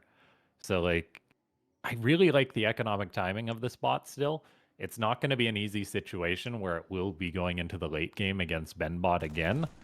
But, like, it's still roaming the map with this bio. It's picking off the odd Marine here and there. I would love it if it would kill that barracks. But, again, that's a problem that a lot of bots have. Like, even the top bots, like Eris, there can be a proxy, like, outside its 4th base or, like, a pylon or something, and bots tend to just ignore those buildings till it's attack time. And, yeah, Avocados just producing more Marauders, catching Marines of Benbot, which is nice. I mean, I still think this is slightly better for Avocados than game 1. He only has 2 barracks proxy this time, which is slightly better, and he's doing a good job of not dying to siege tanks as much. Like, he has lost some units, but I don't think it's worse than game one, maybe slightly better. Yeah, so and he's going to get these upgrades done, which is nice before he loses those. So yeah, I mean, much like game one, I think if that first big push out of avocados can do some damage, I think it'll look good for avocados because I suspect from this point forward, avocados is going to get ahead on economy. We'll have to see. Yeah, I think that's a pretty much a given. Um, it is does a great job booming up with its macro. Yeah, I think like a game against Benbot can really come down to where Avocados attacks. Like if Benbot's establishing a third, maybe a tank or two will be in transit. Avocados can maybe get lucky. It's not going to be able to break the natural wall, I don't think. But No. yeah, as Benbot expands out, there is a chance Avocados might be able to get a good fight. Get the barracks. Nope. Don't go into the siege tanks. Yeah, unfortunately, it's just the macro is awesome in avocados. Some of the decisions, unfortunately, are just not great. So he does pull back. Okay, he only loses about a third of his army, but like it's yeah, costly. like its retreat behavior is phenomenal here. Like there are so many sort of bots that are as old as avocados, like newer bots that would just lose all the bio there. The author has definitely put in the work to be as efficient and play with this bio style nicely. A third base is being constructed on location. Benbot has yet to start up its own third. Yep, upgrades are looking good for avocados. Macro's looking great for avocados. He has taken a lot of damage, lost quite a few units, and the units he still has are quite battered. But I still feel there's a good chance for him. If he kind of waits a little while and then his next push he finds the third base, that could be good.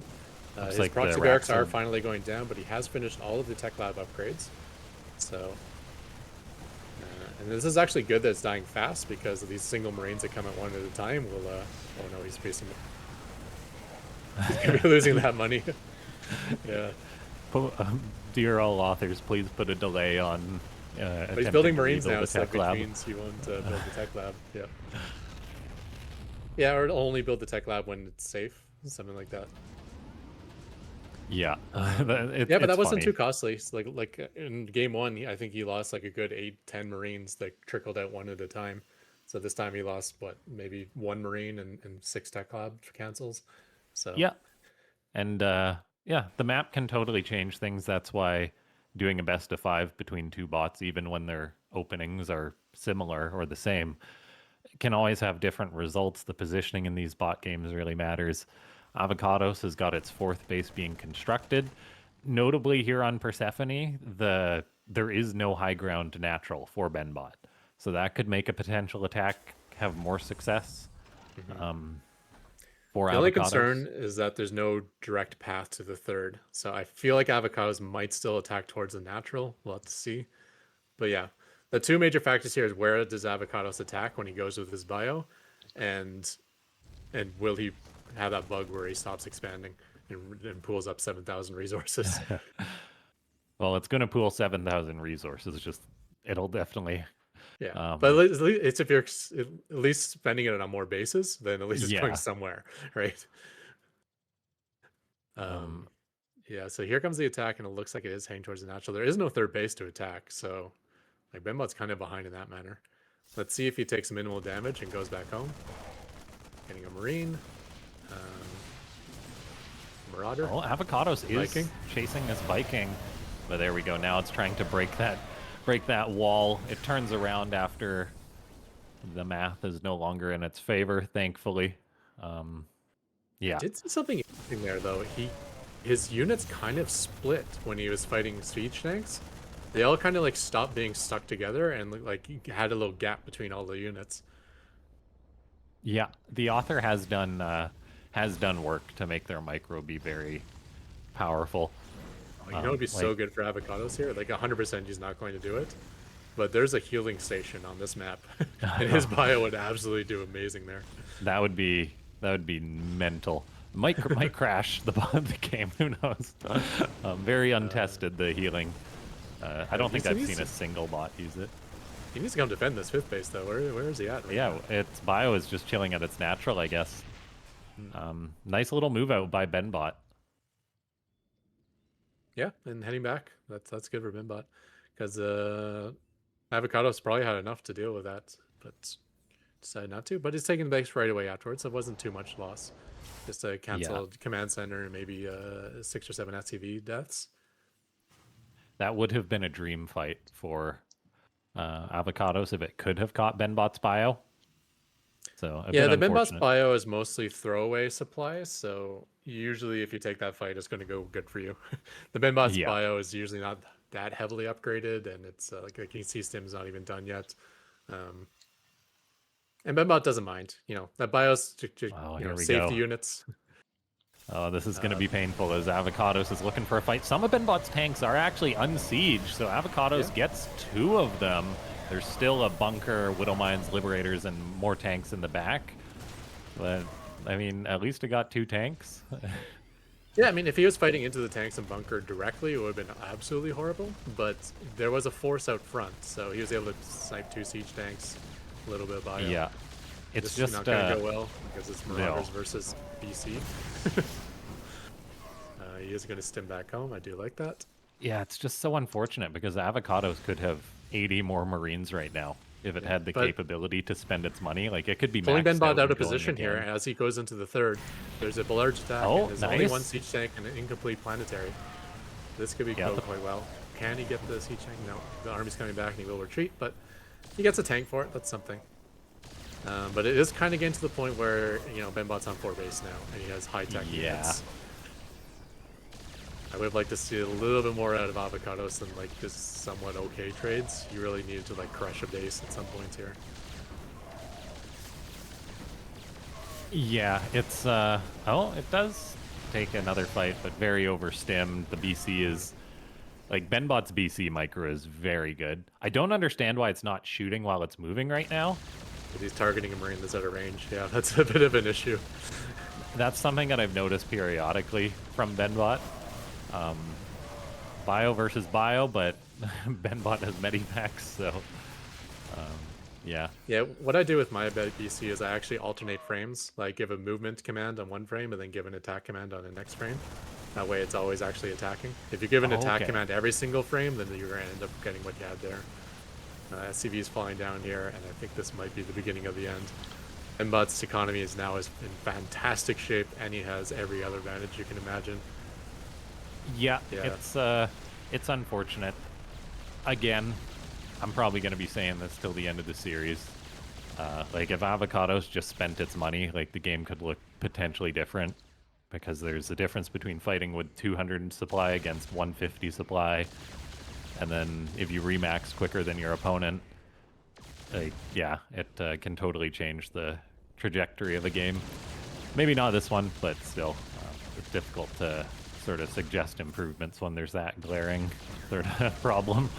So, Yeah, but it's not a difficult problem to deal with. Like, I think adding no. medevacs, for instance, is probably a lot of programming work, but for that, it's just kind of like having an algorithm to expand and having an algorithm to add production just based on your mineral bank, and that's not too difficult. I think the author literally said too that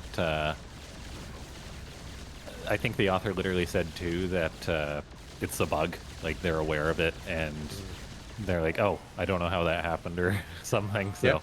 So maybe the logic's already there, just something's busting it. could you actually press T just out of curiosity, Crip? Okay, so it's 8 barracks, so that's what it's stuck on. Yeah.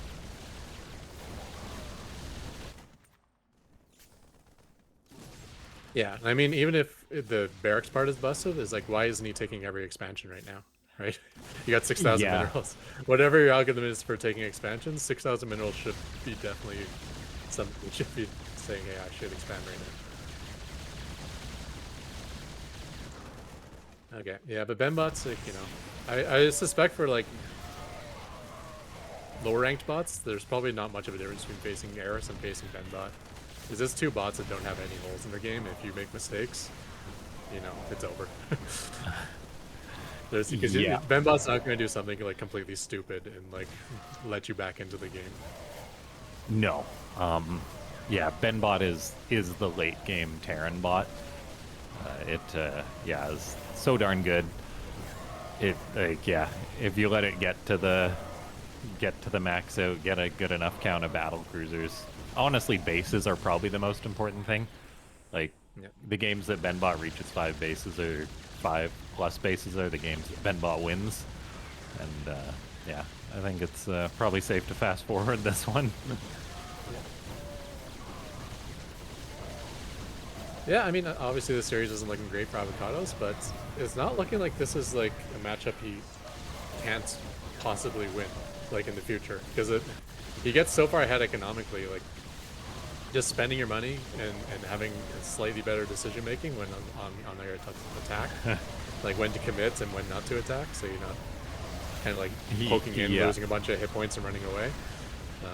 If you if you build up more and then commit to your attack, then I could see you could just completely like stomping right over Benbot BC, absolutely crushing him, never letting him take a third.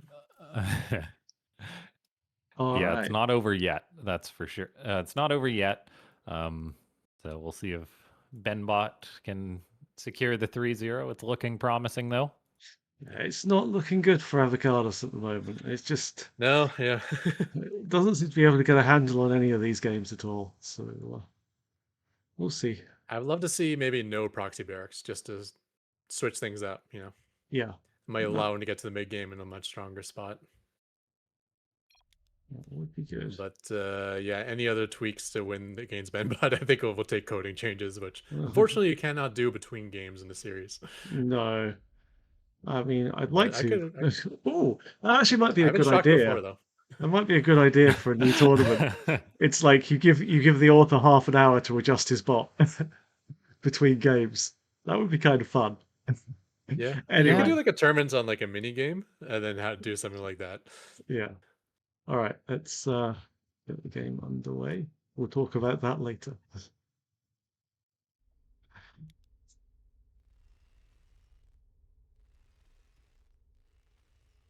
Okay, so spawning up in the top left of Pylon, we have Avocados, and down in the bottom right this time we have Bembot BC. So yeah, immediately looking at the map, a couple of things I'm noticing here is that I think Avocados might path by Benbot's third on a map like this. So that's good. The other thing I'm seeing is Avocados is not doing the proxy racks this time, and I like that as well. So a couple of features right away that I think will give Avocados a fighting chance here. And that makes me happy because it was looking pretty one-sided up until this point, so now all of a sudden I'm a little more confident for Avocados to have a fighting hope. Yeah, changing things up is definitely a good plan. If you want an interesting, well, I'll say read, check out Avocados. It might be Avocados Dev or Avocados on AI Arena, their match history, because you can see all the prep the author did for this tournament, and it kind of shows, and understandably so, taking on -0 was their biggest focus. So you can kind of see, oh, there's a ton of games against -0, a few games requested against Benbot, and a few games requested against like Eris and Zozo, depending on who made it through the bracket. And I mean, is this his first tournament for it is, Avocados? yeah. So in his very first tournament, he beat the #1 bot on the ladder. Like as far as I considered, he's already won. Oh yeah, like they He may have not already win this made. tournament, but like that is a victory in itself. I don't think any bot has ever come close to doing something like that in the first tournament. Yeah, they have already made a great name for themselves, and yeah, very fun to have a new author making such a deep run. Yeah, like I'm seeing on your channel a bunch of new bots there, like doing good matches against some of the top ones in the ladder. In this tournament itself, we've had some really cool bots. So yeah, I'm kind of excited to get back into the scene a little bit to see what happens. Well, I have a we're feeling I all throw my bot in the ladder. I don't even. I may not even be in Division 1 anymore. There's well, some new bots here that are doing really, really well. we're all waiting for the return of Ketrock Bot. So Honestly, I think I could throw him on the ladder right now. I think I fixed everything over Christmas break. I was waiting to like update the framework and then I ran out of time. That reminds me, I gotta put my crappy bot back on the ladder. Yeah, yeah. I mean, nowadays with AI, I mean, you could probably get your bot going pretty well. Well, that's exactly how I did it. I am not a programmer, so I spent like Yeah. time using AI. I'm It's I'm I'm interesting to see. currently I'm doing projects where I'm coding languages I don't even know, but because of AI, I can do it. So it's pretty cool. Oh, It does cool. help to be a programmer in general, so I can help with like I can visualize like the design and the layout, and I can kind of help with the bugs. But I'm really putting all the majority of the work into the agents, just letting them do all the coding. Oh, Yeah, this is cool. going to be the problem for not doing the proxy, I guess, because there is the bunker contain, and will Avocados be smart enough not to walk units into it? It's pretty darn smart, like knowing when to retreat. We Yeah, see it's he's got not. this desire to mine on the low ground though, and Yeah, but that's fine. I mean, he's not rebuilding the barracks on low ground. His Marines are not walking into the bunker range, but his Marines are fighting the Marines of Benbot BC when they poke out front. So I yeah, it's like got a really everything in nice that supply decision. Yeah. already. As long as it breaks this bunker prior to Benbot getting a tank up with it, which Benbot has had an adjustment lately, I believe anyway, in that it doesn't rush the tank quickly. It goes for a widow mine before the tank these days. Yeah. I'm not sure what's. Oh, there's actually a tank there right now. Okay, that's not good. Uh, I don't mind that either though, honestly. Like, I'd rather him go against a tank with stim than go against no tank before stim. Especially if he's kind of separating his units, like I saw in that one battle. This is a kind of weird thing that Avocaz does, like how he's throwing his bio in the back of his base. It's not yeah, so useful there. You kind of wanted a little bit more, like hanging out at your ramp or something. it's like the author's afraid to let him out of the house. He doesn't want him to run wild, so he just tucks him in the back.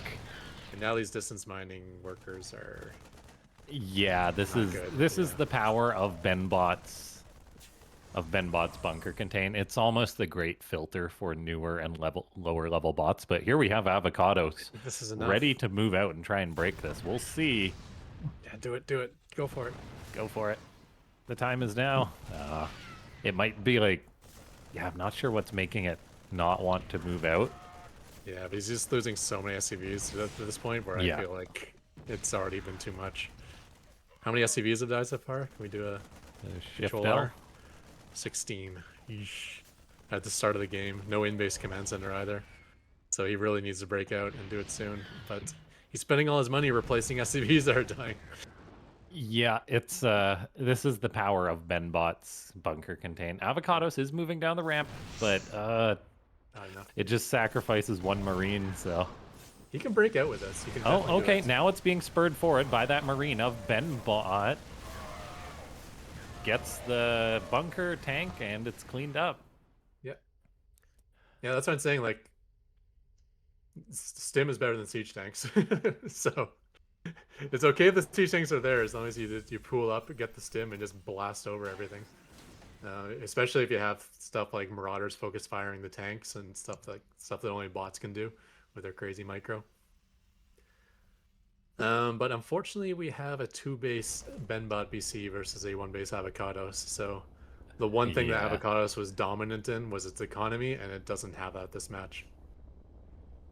Um, yeah, it's quite unfortunate, but we'll see. It's going for a Hail Mary attack. What does Yeah. Benbot have on its side of the map? I guarantee you there's a bunker and a widow mine. Okay, 2 tanks, a liberator, and a third tank on the way. Oh, Yeah. 2 widow mines actually. These Marines are full hit points, so the army looks a little stronger than it actually is. Usually he's all busted up when he comes in, but it's still not nearly enough to get through here. No, this is how Benbot thrives. It forces its opponent into bad fights, and that's how it gains its efficiency to win games.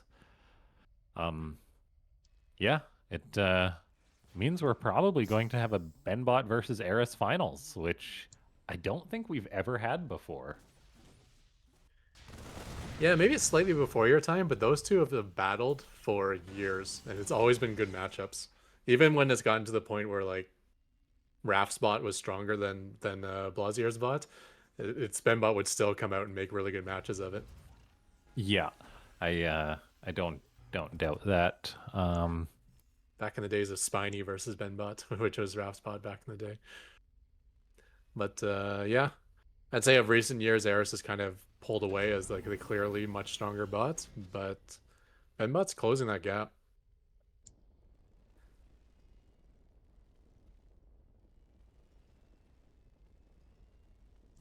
I mean, I would definitely not be happy if I had to face either of these bots in a tournament. I'll put it that way. Um, yeah, I think this is maybe actually just a one base build out of avocados. Now to think about it. Actually, no, he did try to expand early on, so I guess he's Yeah, just not getting the 400 minerals because he he's has got it enough now. production to spend it all. Okay, there we go. Finally, yeah. Let's see. I mean, avocados, he can, if he gets lucky, he can catch like a base that's like just starting to get set up or something along those lines. Um, but yeah, this is gonna be a tough one. Yeah, that base is already has completed planetary. I do like that only a few marines split off so that they can die and decide not to attack there. And this is a They base that hit has the. potential here. Okay, but no, Oh don't nope, they attack get dragged into a that. natural. BC with a fishing hook pulls them in. Womp womp.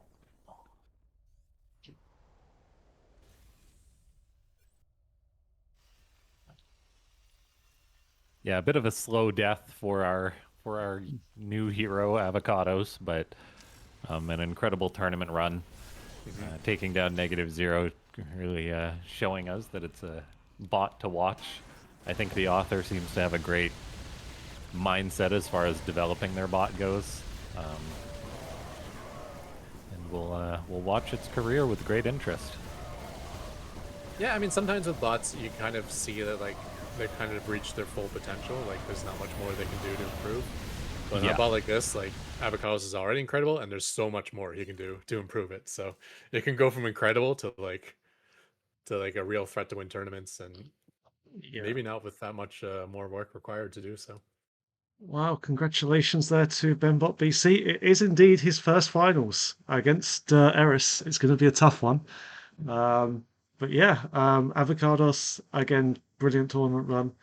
And we're going to be about to see him again pretty soon in the third place match. So it's going to be a fun one. Zozo against Avocados. I doubt it will be a long one, but it will be a fun one. yeah, that one will be pretty chaotic. Yeah, So we're doing Zozo versus avocados first, or I think so, yes. okay? However, we are going to take a quick 5-minute break so I can refresh my drink and give these guys a break. So join us again in about 5 minutes. Yeah, Cool. guys, click that like button before you go get your tea, coffee, Mountain Dew, whatever it is. We'll- We make no recommendations here. Other brands are available. yeah, we need a sponsorship of. Exactly. All right. We'll be back in 5 minutes, guys.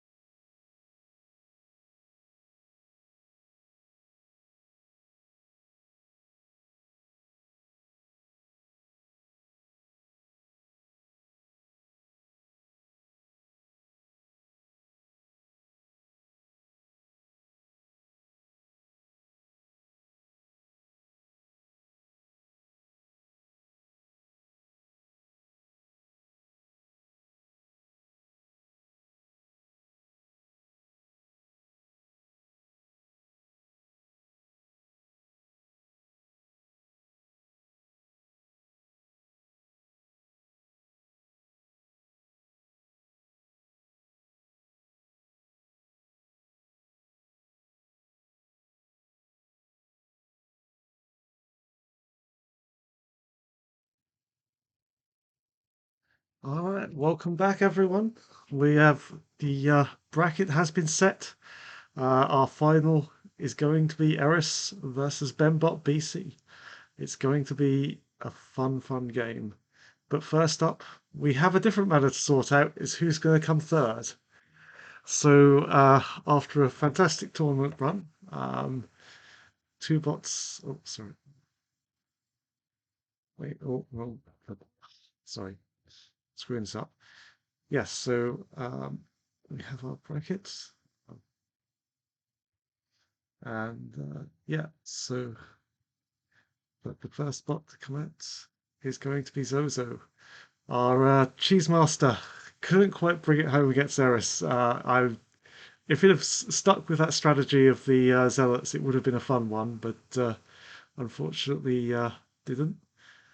And up against Avocados, didn't really stand much of a chance against Benbot, unfortunately. But No, if you check the Discord, which you guys should join, by the way, if you're not in the AI Arena Discord and you want to become part of the scene and program, the author posted, I guess they had a typo. They wrote Bentbot instead of Benbot VC for checking a trigger for proxies or something like that. oh no, that's the worst. Oh, um, Yeah, Benbot's evil persona, Benbot VC. Bentbots, Bentbot BC. All right, let's Sounds like it's buggy persona. yeah. It's like once you have too many bugs, you become bent spot. All right, let's take a look at the first game. Okay, so spawning up in the top left-hand corner of Persephone, we have the red Terran Avocados. Down in the bottom left, we have the blue Protoss Zozo already sending out a probe. And this could be an interesting match. I think Zozo is probably the clear favorite, but I mean, building a bunch of early bio is a good way to kill cheese, and we do know Zozo loves his cheese, so we'll have to see.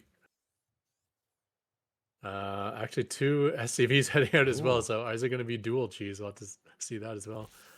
Oh, Zozo's Probe. probe, ever the villain, chasing the SCVs. Oh my goodness, what Okay, is going on here? it does have a. Okay. Oh no. Unfortunately, Terran is very vulnerable to just a flat out probe rush. If you don't get an instant wall off, then you have to mix repair with mining with fighting to deal with that shield regen. And yeah, I, I don't think Avocados is going to have this sort of defense. It's a very high level defense. Okay, here we go. First fight is looking okay. Not much in the way of mineral locking actually for Avocados. He is pulling back his injured workers, but huge fight advantage for Zozo, and Zozo can also regenerate shields. As you can see, all those probes are kind of hanging back a little bit with 0 shields. They'll join the fight once they regenerated. Yeah, And, Zozo yeah, is just a killer. counts. And This Avocados was has Zozo's no bread money. and butter when he first joined the ladder. I think he got to like number 3 on the ladder with just Pro Brush, and it's he made a lot of enemies early on. We'll put it that way. We did get those barracks done, but There is a marine building. Oh no, Okay. the SCV. That one probe is able to destroy all hope by killing the last 2 SCVs. And on top of this probe rush, Zozo also has the best probe defense in the world, so it's not like that marine did actually do anything.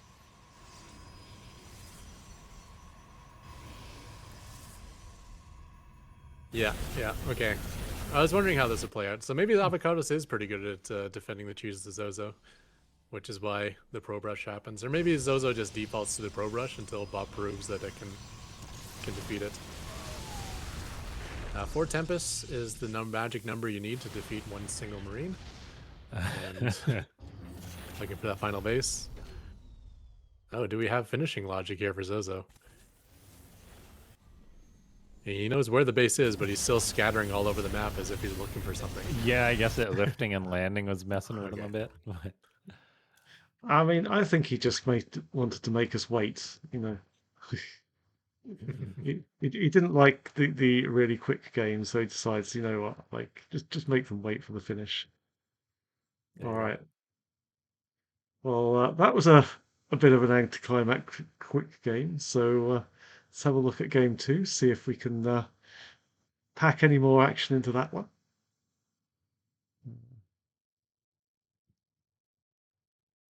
Yeah, we'll see if Zozo does that 3 times in a row or not. The author can sometimes be a merciful god in which they won't do the same build 3 times in a row. So It's always a chance. Yeah. I mean, at least it's a quick, painless death, you know? Sometimes we'll see bots play with their food for a really long time. So it's like, no, if I can have a quick victory, let's just quickly go do it. We do have the probe going across the map this time. We don't have the proxy out of avocados. Straight away, that's a difference. it's a But good I'm guessing this improvement. probe is heading over there to the fast wall off. No, okay, so we're going for the Zealot Rush this time. Okay, so this will be interesting. This is kind of what I thought Avocados might have a good fighting chance against, in that it gets a good amount of bio early on, and will that be enough to deal with a 4-gate Zealot push? Okay, I'll be back in a minute. Yeah. So sometimes we do see bots that, pull a bunch of workers off the line to try to deal with this, and it just ends up hurting them. Because if you can't shut down the pylons, then you just hurt your own economy. Avocados is not doing that, so Avocados is going to get as much money as possible. Interesting as he actually bounces his SCV. I love that. We don't see that very often. Look at that. I've never seen a bot do that, where it tries to bounce the SCV to get out of range. That's pretty cool. That's cool. I'm surprised he let that pylon finish though. I thought he was just using that to block the wall, but obviously not. Yeah, and it is blocking the wall. So Yeah. like there's a gap on the one side of it, so these zealots will be able to get in here. Oh, I do like that he's building marines right away and not building a tech lab or something along those lines. And these zealots are on the way with Chrono Boost. Here they come. No fourth gateway though, which is interesting. So we do know that Zozo has the ability to transition well, so we'll see if he's going to go through the Nexus while he's doing a 3-gate Zealot Rush here. It is going for a tech lab on the one barracks. Don't like that too much. Does take down the probe. Gets the wall up, so one marine will go down the low ground, but the high ground marine is doing okay, but they're not fighting. Why are you not fighting? Get in there. Okay, there they go. Oh, one getting cornered. Although the Zealot ignores it. So 3 marines down, and no Zealots dead yet, although one is probably about to die. And we will have a supply block, I believe, for Avocados, which is very deadly. 2 supply people is going down right away. And we do have 3 marines on the way, so the supply block didn't affect those, but 1 marine won't actually even get out because the tech lab barracks will die instantly. And I don't think there's enough production here. No. SCV's fighting will help with the marine. But even that is not going to help enough. Yeah, well, 2 marines and SCVs is okay. The one Zealot is getting on the marines, though, which is really key. Yeah, if the SCVs are keeping the marines alive, that's one thing, but no. No, I'm not sure the marine micro in this situation is great for like Avocados. He seems to get them cornered quite a lot. But yeah, unfortunately. Yeah, he sometimes shoots the pylon and stuff. We've seen that before. It is tough versus Zealots because you kind of want to shoot when available, but Zealots have the same run speed as Marines. So it gets to the point where if you stop to shoot, you're going to take a swipe. Yeah. And yeah, just Zozo let the was command actually center standing burn behind that as down. well. Yeah. Just let it all burn down. Oh god. All right. It might be double quick There's time. potential there, though. I mean, Yeah. he kind of lost those initial Marines really quickly, which are so important to the defense. Yeah. If all those Marines were behind the depot, like that one Marine was, I could see that going the other way. So, Yeah, definitely. you know, There's because once you get up to like there. say 4 Marines, those Zealots die pretty quick. Yeah. And if you're cutting backwards towards your own SCVs, then the SCVs will join the fight. There's potential for that to work. Yeah. Right. We'll just wait for Laughing Games to come back. I think he said he should be back in a couple of minutes, or do we want to start the game? Up to you. Yeah, let's hop right into it. Yeah. Oh, Get to the finals we all want to see. yeah. I'm guessing this might be a quick best of 5. So. Yeah, it's not going to be the longest one. No, it was never going to be the longest one, to be fair. So, all right, let's have a look. I mean, there's so many bots that like to early expand or go straight into mech. So Yeah, Avocados does have the advantage of building early bio. Uh, it's it's yeah. still hard to hold a proxy 4 gate, but at least he has the right weapons. And this time he's sending out 3 SCVs, so this might be like So, game 1 versus yeah, whoever he it's was a facing different last time. build, but like, I wonder if Zozo will try a macro build. I know he's tried a lot more macro builds in this tournament than I've ever seen from him before. So, you know, if he tries to be merciful and tries a macro build, there is that chance there. Well, if he's macroing, then he's sending out 2 scout probes, which I don't think is his Oh no, plan. that's not macro. Uh, so Although proxying inside the base, Avocados has no idea because that's outside of his vision range, and he's this just could, throwing down his 3 gateways across his 3 barracks across the map. yeah, this could get interesting. This could be in some base trade situation here, but uh, Yeah, I mean, it takes time for those gateways to start. Let's see if he reacts to the yeah. gateways at all. Nope. And I actually Well, like that for this Avocados that he's not reacting at all. Like, basically, throw away your main base is the way I think you should do it. Um, yeah, mine as much minerals as you can, and spend your money on getting your own bio across on on the other side of the map. yeah. Because if you can counterattack right away, you could turn this into an interesting base trade. Oh, definitely. Yeah, And Marines because if he was versus pulling workers right Zealots. now, then he wouldn't be able to afford to build the Marines and stuff. Yeah, yeah, yeah. But Marines versus Zealots is going to be He is picking off not the be probes good as for well, which Marines. is Yeah, nice. Did I miss? Okay, yeah. so we're 2-0 here for Zozo. We'll Sorry, update that. I'm the thing. But Yeah, Zozo is trying different builds every time. This time he's doing a Zealot Rush, but we do have the proxy barracks up on the other side. And no interruption on the mining thus far, so Avocados will be able to get out some bio before his main base gets ravaged. And see if we can turn this into an interesting base trade or something. Okay, first Zealots are out now. And SCVs may be able to hold off the first 2, but that's probably going to be it for them after that. And even Yeah, with the that positioning is not depot, great. yeah. um, But yes, yeah. yeah. So that will be it. But he has 5 Marines going into the enemy base here. Zozo has really nice probe micro. Let's see if he can kill 5 Marines, though. That's quite the ask. We could. Oh, yeah, the nice cornering, though. The Marines splitting off, but trapping themselves, and Zozo's probes are actually going to kill all these Marines. Yeah, yeah. I had a feeling 5 wouldn't be enough against Zozo's micro. But it does mean that Avocados will probably survive to the 10-minute mark, because he's interrupted Zozo's economy enough that Zozo's going to take a while to finish this game. Yeah. Well, we have our third place winner, Zozo. Always a strong contender in these tournaments, and now able to, even if they aren't able to make their way to the finals, they seem to do well in the third place match. And so well done. yeah. Just making us wait for a Phoenix to come all the way across the map.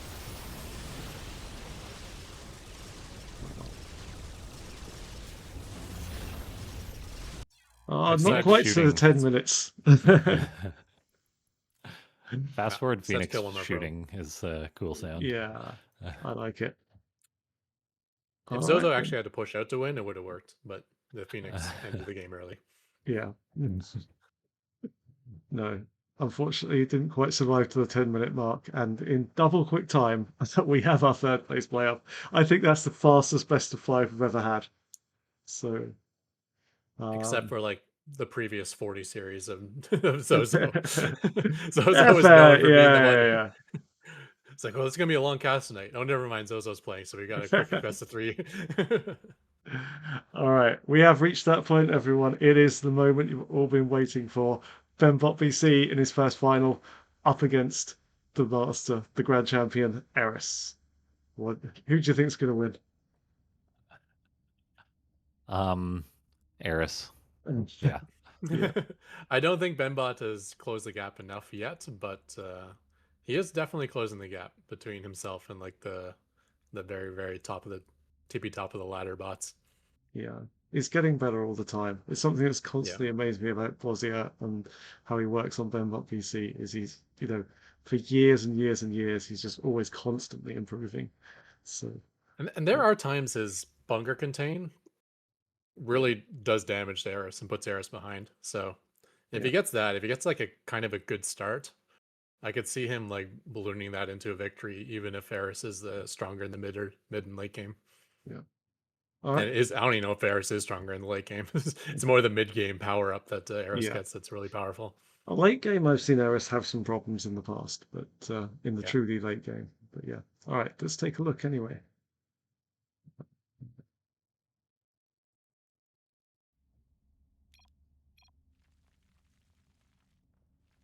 Okay, so spawning up in the top right hand corner of this finals, we have the red Zerg Eris, a consistent number 1 or number 2 bot on the ladder. Meanwhile, down in the bottom left, we have the currently the best Terran bot on the ladder. It is BenBot BC. So 2 bots that shouldn't be too much of a surprise are in the finals. Maybe BenBot a little bit, as there's a couple other strong bots that he got to avoid, but he is throwing down that proxy barracks. I do like his committal to this. He gets down nice and early. Allows him to get a bunker down early as well. And we'll see if Eris can scout it or not. Eris is already looking around, see if he can find it. See if he can keep an eye on bunker. Yeah, Benbot's proxy barracks has had arguably too much success against Eris, so I believe Eris's author has actually put in some counter work to the proxy. But we'll see. Benbot can, of course, always have been tweaked too. We've got a second Rax on the way behind this inside the main base, so Benbot may be looking to apply some nice early game pressure against Eris. And so far, there has not been a scout. Well, a successful discovery of the Rax. Eris has been scouting with its drone all over the place. The drone glimpses the SCV, but doesn't actually go after it. But it might just pass by in time to see this bunker. And there's an overlord there too, so Eris will or should react to this as soon as that bunker starts. And there's a big Yeah. drone pull. But not necessarily bad for BenBot. I mean, drone pull is costly. We'll end up getting the SCV before canceling the bunker, which is key as well. Yeah, Benbot might send out another SCV to reinforce this, but I honestly think that that's probably the next step in the meta of this build between these two. If Benbot had say mineral walked that SCV to safety, it could have potentially gone back and finished the bunker once the Marines were there to escort it. Instead, we've got the 2 Marines just looking to pick off an Overlord, and that would be a very nice pick-off in a situation like this so early on. Eris would be supply blocked for quite a while, and it will be. Benbot then decides to plant the bunker a little further back, which I definitely enjoy. And it does have a few Marines to defend this location. There's even a Marine checking the 3rd base of Eris, which is a little thing that Benbot does that I like to note. It knows that it's against a 2-basing opponent. Yeah. Yeah. And this is a great stall tactic here. Not only does this keep BenBot kind of safe on his side of the map, which is a little bit vulnerable to Ling Run by, but you know, it keeps tabs on Eris. Eris is now not able to take a 3rd base. He's not able to spread creep. And that takes a little bit of effort to break through. Like 4 Marines in a bunker and an SCV, you know, that's not just like 6 Lings and you break through that. That takes a little more commitment. And going right away for that creep tumor and instantly getting it quite lost. nice. Yeah.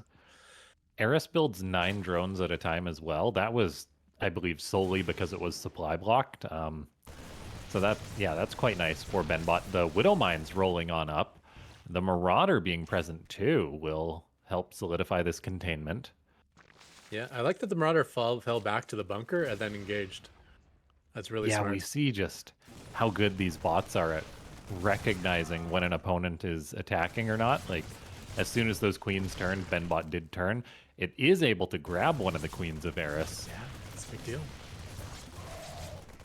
Eris might lose another queen. 4 roaches are about to pop, but they immediately morph into Ravagers, so they abandon the queen. That queen gets killed. And now there's a Ravager even fighting a Marauder. Those Ravagers are about to pop out, so the Marauder will not have a good time, but this is something that Benbot wants to drag out as long as possible. Unfortunately, the Widowmine is killed by a Corrosive Bile. and the corrosive bile also hit the bunker while hitting the widow mine. So it's not like the widow mine even stalled any damage there. Benbot's trying to repair the bunker, but 4 Ravagers can out damage 1 SCV. Now there's even 5 Ravagers, so the Marines will have to retreat now the bunker's gone. Yeah, looks like they'll keep tabs on the front line here. They should be able to dodge the biles pretty well. Maybe we'll get a little damage when we get back home, but It's getting a little messy. Eris has got a ton of Roaches and Ravagers now crossing the map. Benbot, yeah, it's still producing little bits of bio, but it's going to lose pretty much all its units. And so Benbot better pray it's got a bunker and some tanks back at home. he definitely has a wall in the bunker. I'm not sure about the siege tank. He has 1 siege tank. Okay, not too bad. And all in all, not too shabby for Benbot. I mean, obviously, Eris's economy is a little bit stronger at the moment, but he took losses in that defense. He lost an Overlord, he lost 2 Queens. Yeah, the Queens and the Overlord are definitely pricey losses. Now, we've got Corrosive Biles being dropped on this bunker. The SCV does avoid the Corrosive Bile, which is nice. The bunker barely stays alive. I'm sure the next round of Corrosive Biles should get it. But Eris actually goes for the tank and kills the tank. That is quite nice for the Zerg bot. Fortunately, Benbot has got these 2 Marauders putting in work. They're able to kill off 1 Roach. They get a second one. And if they can pop off that injured Ravager in the red, that would be ideal. But Eris is making a little bit of ground here. Another tank pops out. Looks like one of the Ravagers goes down. Tank finishes off the second one. No repair, though, so the tank does go down. Eris is picking off some high-tech units and keeping the pressure on while macroing behind this. Yeah, that wall actually hurt Benbot BC. Those Marauders should have been able to get off like lots of good shots while those vials are coming in, but blocked by their own wall kind of hurt them. And they don't have the ability to jump into bunkers either. I think by the way that Benbot's coded it, his bunkers are purely for Marines only. Yeah, which can, like, it makes sense to try and save the Marines, but at the same time, if the Marauders have the +1 range from the bunker, then they actually outrange Ravagers, don't they? Yeah, it's hard to outrange Biles, but The they Biles, but certainly like can't step in and attack. Yeah, the base attacks, yeah. I'm just wondering maybe there would be room there for like popping in the bunker, firing off a shot if the Ravager's in range or something. Yeah, you can even dance in and out of the bunker to dodge the projectiles of the Ravagers. yeah, I'm curious. Like, there's so much like potential refinement and nuance to this early game opening of a Benbot and Eris in the finals here. Like, there's so many little tweaks that could be done with the bunker timing, with the response from Eris, the counter attack, the defense from Benbot. It really just shows how far you can take these bot games. Now we've got Eris stepping out again. Yeah. Like when defending against Ravager Rush, you can even keep your siege tank unsieged. That's usually the better way to do it, because that way you won't get hit by Biles. And tanks do pretty good damage when regular mode as well. Well, yeah, like, because for auto attacks, we also have mutas on the way for Eris, which is important here, guys. Eris's mutas have been probably the biggest area of improvement the bot has received in recent time. The authors created, oh gosh, what was it?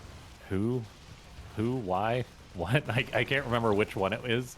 But they created a specific just mutabot. That micro is in Eris too. And now Benbot is really struggling here against mutas at this timing after being harassed by Ravagers. Yeah, fantastic damage being done here. Marines getting into the main base, trying to push it away, but that's all they're going to be able to do. And mutas have that incredible regen rate of their health, so they'll be back to full health in no time, and now able to fall over to the third base and harass there, denying a gas geyser, killing an SCV. And yeah, Benbot is like mostly siege tanks and planetaries right now, so even these Marines, if you wanted to fight them straight up, you probably could and just like dust the space. This is not looking good for Benbot. No, you need, I think you need a Viking or two here to like sort of play in and out of a turret just to zone the mutas out properly, because you're never going to catch and kill them as a Terran, right? No. Thor is always a good weapon because they have that really long attack range and the bonus damage and splash damage. But Yeah, we see Yeah, no the armory. pathing on Eris's mutas. Like, they're just so darn good bouncing around the bases. Benbot doesn't have a turret at the third, doesn't have No. enough turrets in the main. The tank may fall, and it does. Yeah, Eris's mutas are just so strong for a relatively small commitment. Like, these things have already paid for themselves. The Zerg is maxed out behind this. Benbot's in a world of trouble. Yeah, and meanwhile on the other side of the map we have a mini map that's half purple and a 5 base Zerg at the moment. And those Ravagers are still alive too, so they can still get their infinite value with Ravager Biles as well. A couple missile turrets have made their way up, so it's a little bit more trouble in the main base here. These mutas are actually dying. Funny how he wasn't afraid of a handful of Marines. Or he was afraid of a handful of Marines, but not afraid of double missile turret. Yeah, we do have Benbot with a decent chunk of bio helping zone out this Zerg force. I'm not sure if Eris has all its supply on the front right now, but there's no tank to defend this planetary. There's 37 SCVs on 3 bases against a 6-base Eris, 93 workers. Yeah. All Yeah, the SPs dead, the thirds, planetaries under threat as well. No more repair coming in. Yeah, it's been really difficult for Benbot to get to a comfortable late game against Eris ever since the author of Eris put in the counter work to the proxy, because like it was always like Benbot gets ahead, Mac from the bunker contain proxies. Yeah, I wanted and to talk then about that. macros The up. most interesting part of that defense, like I think after the defense, it kind of looked fine for both bots, but Eris went hyper aggressive afterwards and really made good use of those um, Ravagers. So the Yeah. Ravagers were used to break out of the bunker contain, but then he goes across the map. It gets so much value on the other side as well. And that just gave him such a gigantic lead that, you know, honestly, like, Muta's won the game, but the follow-up could have been anything, and he would have won the Yeah. game. Those Ravagers gave him such a big lead on Benbot BC.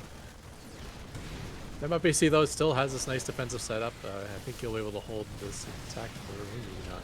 It's not, there's just 5 Marines in a siege tank, now to think about it. So he'll probably be able to break through this here. Siege tank does go down. SCVs are dying. Repair attempt. I think the Widow Mines might be the low-hanging fruit for Benbot. Like, they're nice, but I'm not sure if they're worth it. Like, we saw one get corrosive biled on the other side of the map. It didn't do a thing. They didn't really help against the Ravager counter.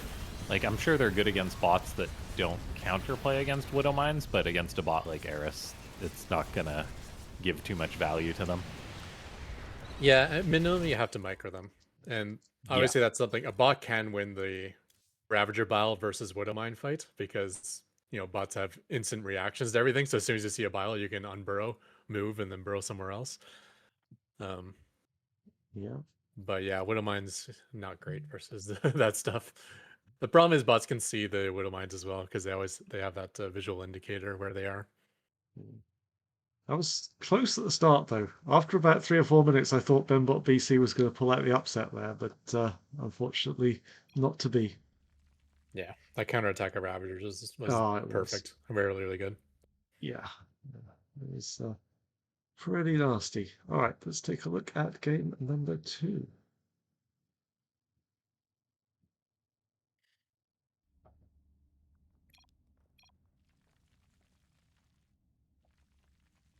Yep, so once again, we are on torches. We have Eris spawning in the top right-hand corner of the map, and with the vertical spawns, we have Benbot in the bottom right-hand corner. There is a ramp entrance, I believe, on this map, so a little bit more difficult to contain with a bunker if that's the plan for Benbot BC. I know Benbot's not a bot that has many cheese builds first per se, but I would like to see against Eris if he just kind of maybe throws back to some old school things like rushing out of BC as fast as possible. You know, I bet he still has some of this stuff so coded in his bot, just for some deviation. Yeah, deviation could be something that Benbot leans more into, as you're definitely right. Like, Benbot just goes for, like, it's either bunker contain or just regular old macro. which I guess is just how the author likes to play it out. It's how we've got this gradual improvement. But when you're up against a bot like -0, like Eris, it's difficult to give them as much free reign almost as like Benbot style does. Like when you're just sitting home and turtling, a bot like Eris will just macro up and boom, and outpace you. So yeah, maybe some more cheese, something like that could be strong. Even more cheesy macro, to be honest. Like the third base for Benbot in that game was quite late because it was struggling to deal with the Ravager counterattack, but it's like maybe there's more wiggle room there as far as like cheese, as far as like being greedy goes for Benbot, because that's one of the ways you can beat a bot like Eris. Now, we've got the drone pull. SCV probably will die again, which is unfortunate because it means the bunker won't get up, and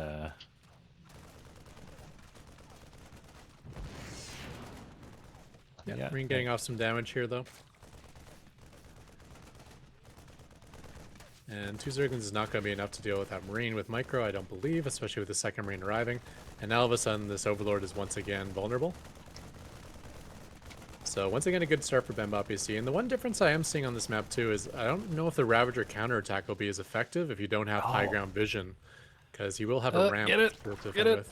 Yeah, Okay, good. it does go down. And there's a low ground bunker to keep an eye on things. I love how far back that bunker is. So if Yeah. the Ravagers want to step forward to bile, they will be within vision. I do enjoy that. That the follow-up bunker is so far back. Now, I'm not sure if Benbot went for a second Rax this game either. It might be at the natural base. We could take a peek on. Okay, no, it's a factory. So that is a variation. Benbot in game number 1 did go for a extra racks in the main to have more bio, whereas this game maybe the command center is a little bit quicker as a result.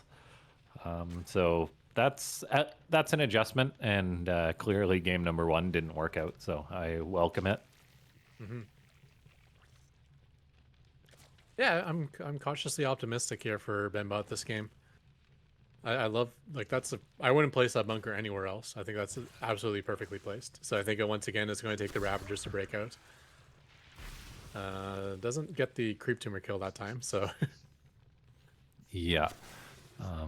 I do like the Marine moving forward as well to zone some of these units out. In comes the Widow Mine, probably just going to get biled and killed. Yeah. And it's gone. At least if the Widow Mine was like a hex to the right or a hex to the north, then it burns a corrosive bile and keeps the bunker alive longer. But yeah, the Widow Mine not really helping much. And I was wrong. Those biles can be shot from the high ground, so I thought you'd have to step into vision range at least to shoot the biles, but okay, yeah, so even if they do, they just pull right back, and Benbot. Yeah, is but then now those forward scattered. Marines can get a shot off, you know, so at least they're taking damage during this time. But this is where I think things will go better for Benbot, is that now this high ground at the ramp is going to be favorite. No, yes, Overlord. Man, Eris thinks of everything. I didn't think there'd be an Overlord there because I didn't see an Overlord in game 1. Yeah, so he's got a spotter, so this ramp means nothing in terms of defense. Those Marines will get home in time to hop in the bunker, If this so that's tank different. dies, that's going to be really painful. Corrosive biles are going down on the tank, and it's dead. That's not good.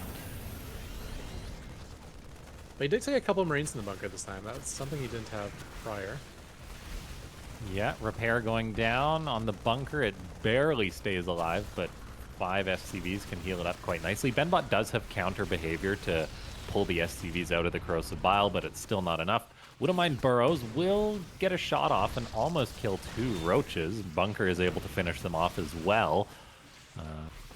Eris, though, can keep pushing here. That Overlord is so important. And with that bunker down, the Overlord can now give vision to the all the rest of the structures on that wall. And I think this might... I was hoping this would go better for Emma. This is going to go so much worse. These Ravagers are going to get so much value. Auto turret does pick off a Ravager, but like yeah, the losses are already so huge for Benbot. Like this many bunkers, the tank, the supply depots are not cheap.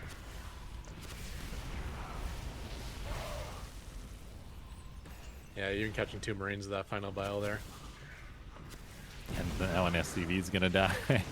Oh, this is painful. That's so good. He doesn't just target the center of the bunker. He targets where the SCV is at that point in time. Yeah. So it's there's like literally nothing that the Eris doesn't think of. Yeah, and they even split it too, kind of like it's just one bile where the SCV is, I think, and then I'm curious, like, do they put the other biles? Okay, no, there's 2 in the same spot there. I'm curious, like, if you could even take it a step further and be like, oh, I have 2 biles, let's try and predict where the SCV would possibly move to with the second one.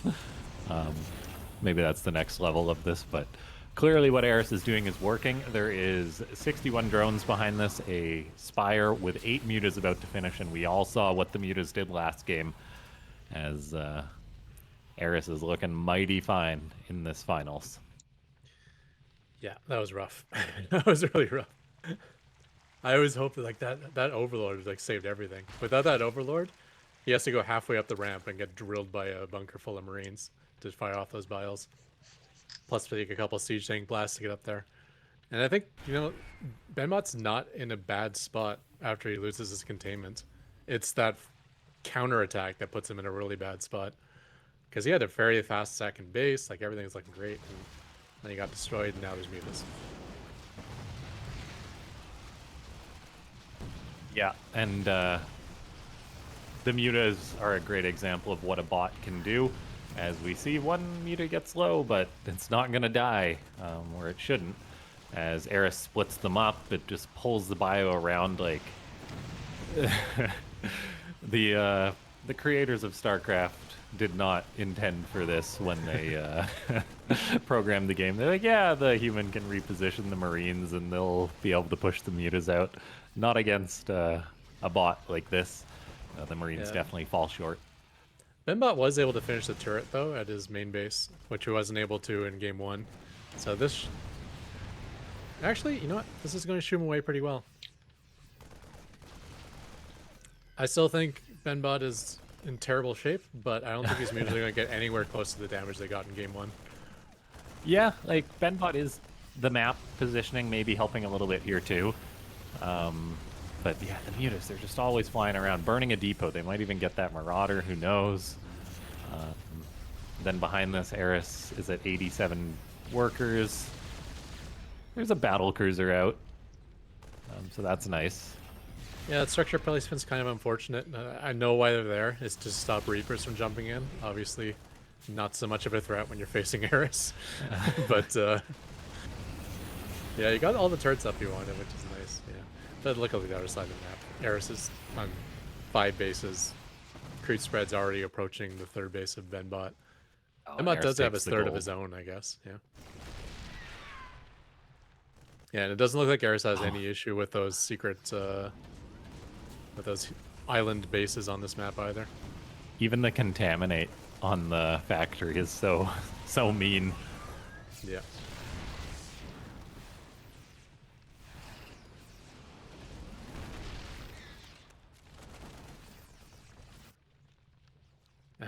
That's something Kenny Nana should have added to his bot. You know, he Honestly, always has yeah. like a million overseers poking forward. Imagine if they're contaminating everything they spotted as well. I do like the Viking to help zone the mutas. The problem is the mutas are not the main threat anymore. Eris is maxed out with Roach. It's got Infestors. There's probably some Hydras in the mix there too. Can we get a shift L on the mutas, by the way? Just out of curiosity. One muta has died. Yeah. And they're still finding damage. Finding SCVs transferring between bases. Finding structures that aren't protected. Oh, man, yeah. And now all the SCVs dying at the 3rd, and the planetary will be Oh, a threat, the bio so being fungled, trying to transfer towards that 3rd to save it. That's funny. Okay, we finally found a flaw in Eris. He biled a BC that hadn't arrived yet. So the bios landed, and then the BC arrived.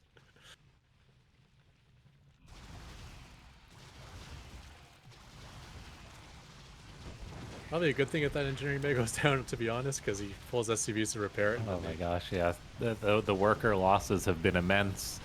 And yeah, the map is creeped up. The Zerg is maxed out.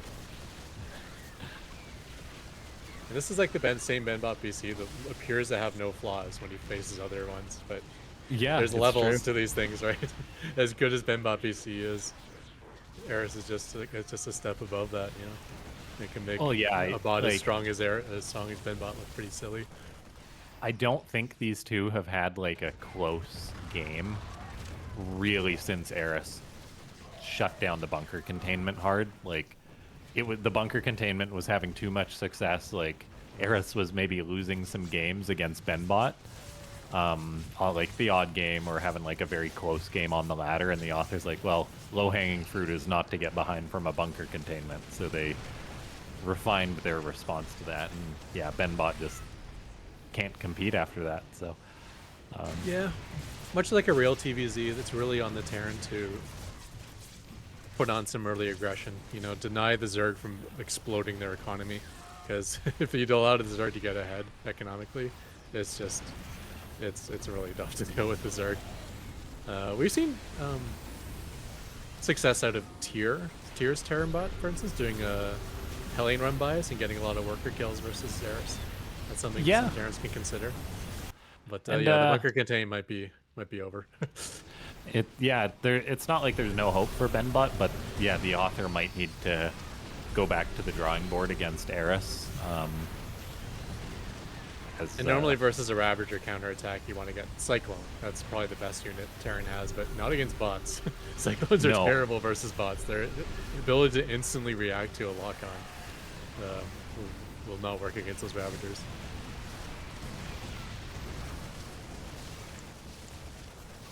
Still holding strong with that full bunkers, the Neo Steel frame, but yeah, that finally breaks through. And that will be it as the entirely purple map will go for another victory for Eris. Literally creep spread everywhere except for the main and the natural. Wow. Yeah, that's a crazy, crazy creep spread there.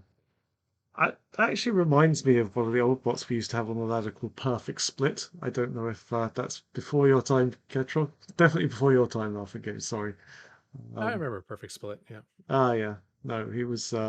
He always made really good use of the meters, and had them flying literally everywhere on the map, just taking out everything. It was when he actually got everything he wanted in a perfect game. It was beautiful to see. Because as a spectator, you didn't know where to look because there was literally a muter on every single square of the board taking out some kind of unit. It's just crazy. Oh dear. Yeah. yeah, I do. Mutas have that harassment potential because of their really good regeneration. Like Yeah. any damage you do to a muta is gone like within Yeah. 45 seconds at most. They'll be back to full health. Yeah. He, yeah, I we appreciate your observing, Crypt. I know it's not easy to observe bot games. Oh, it's good. I'll get comments occasionally. I know I can observe better, but people are always like, "Oh, I had a comment the other day that was like, oh, why don't you observe like this YouTuber?" And I'm like, "This YouTuber doesn't cast bot games." No. All right. Well, let's see if BenBot BC can make a comeback in this series.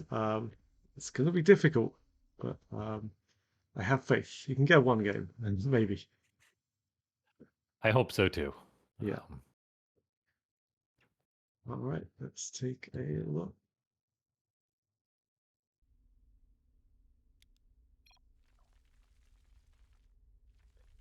Okay, up 2-0, going for the championship in this game here. Eris is spawning in the bottom right-hand corner. And then we got the blue Terran Benbot in the top left around Pylon LE. So another map that doesn't have a ramp at the natural, which is a friend to Ravagers, but Eris had the high ground vision anyways with Overseer, so it didn't really matter. What's that out on the map? So that looks like Benbot's going for another proxy barracks. yeah. I was hoping it would abandon this and just try like a regular macro game. Not that I think those are prone to success, but clearly the contain isn't. I think it at this point it sets Benbot farther back than Eris. Yeah. I mean, definitely after the follow-up attack for sure. I kind of like some things for Benbot. I like that like 7 workers are pulled off the line to deal with a bunker that you cancel anyways. I like how it keeps the creep spread back and keeps the third base from popping up. All those things are good. It's just he needs a way to, like, if he's going to continue doing this, he needs a way to survive the Ravager counterattack somehow. Yeah. Again, like it's really interesting. Like, what if Benbot does keep the first SCV alive? Like maybe that completely changes things. If the secondary bunker goes up sooner, if it pulls the SCV back and leashes the drones a little bit. Here's the thing, though. I don't think it's luck that this SCV falls. I think the drones are specifically targeting that side Oh of the yeah, bunker. no, they Yeah. definitely do. But like, So I don't say think for that bunker will example, ever finish. say for example, the SCV pulls off the bunker while it's building, and then like falls back for a second till the Marine shows up. Yeah, Like that's something the maybe pros that do. costs Eris a couple of drones because they're trying to get the Marine or trying to get the bunker. While so there is room for this opening to be improved, and that's the difficult decision you have to make as a bot author. Nice to get on that Marine as it Yeah, gets that's cornered. Corners that's the an bane advantage of over the first 2 pathing. games for Eris. Yeah, so that means you might not even end up losing this Overlord this time. It is heading towards that pillar. The Marine will go to the low ground, so that's. I think it dies. Yeah, I think so. Well, if he loses vision, no, he gets it. Yeah, you're right. Couple more cells away. It was definitely close, but yeah. So that's the difficulty of being a bot author. You have to decide like, do I completely abandon this opening or something, or do I just tweak it? There's always the decision like, am I programming for this one opponent that always beats me, or do I program for the opponents that I lose to 50% of the time? Yeah, and then you just want to do what's fun too. So The Marauder's interesting. That can get some good damage on the Ravagers as they're trying to battle out. yeah, Yeah, I mean, if the Widowmine had micro, it'd be good as well. You could keep the Yeah, Widowmine that, out like- front, so then just move it every time it gets piled. Right yeah, now, that's it just low stays hanging there. fruit, right? Yeah. I mean, Like- and it can soak up biles, which is a big thing because those are all biles that wouldn't be hitting the bunker. Like almost like what if Benbot's just who knows what it does to Eris if Benbot just has the mine out front unburrowing and burrowing constantly. Maybe it just breaks Eris or something. And not burrowing in a place where you can share the splash damage between the bunker and I the think Widowmine. that's definitely low hanging fruit.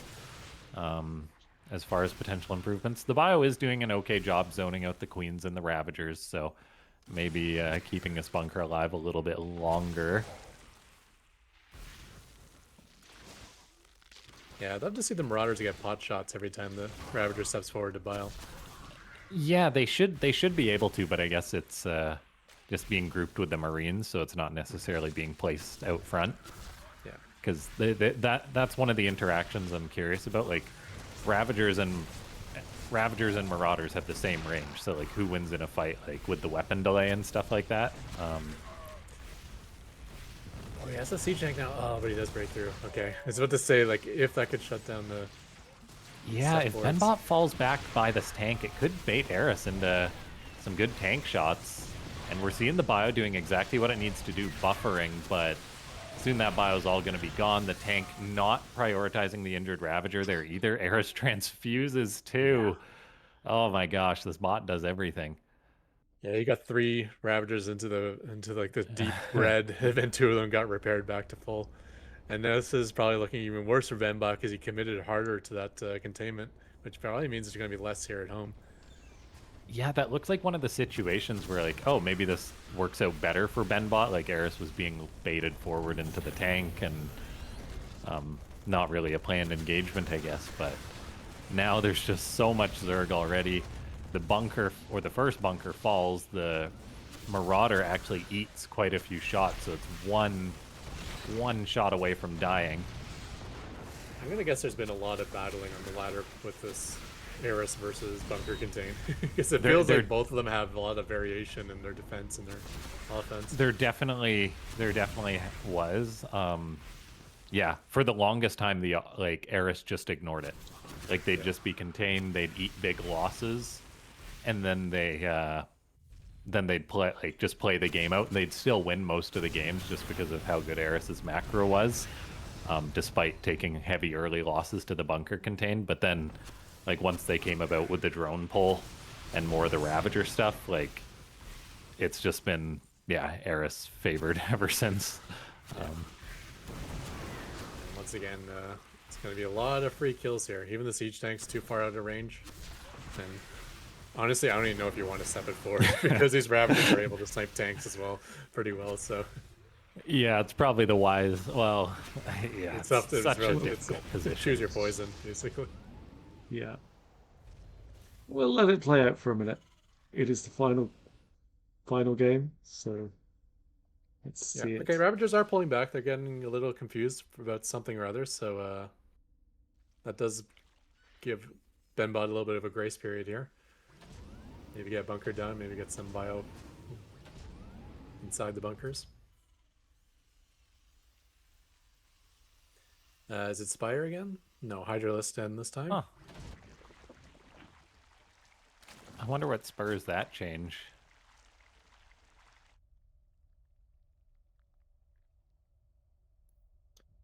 Don't know, but I could definitely see Eris is plowing to the front as well. Looks like it will be trying that. So many corrosive biles on the bunker. Not quite enough to one-shot it. The Marauders are skirmishing with the Roaches, but now the Roaches have Burrow, and the Marauders are taking damage. There probably will be a Raven at some point for Benbot to reveal these units. A scan even gets dropped, allowing a few of the Roaches to be picked off, so not a terrible trade. Yeah. Yeah, some Marauders and Ravagers have the same range, but I'd still like Benbot to decide to attack rather than be afraid of them.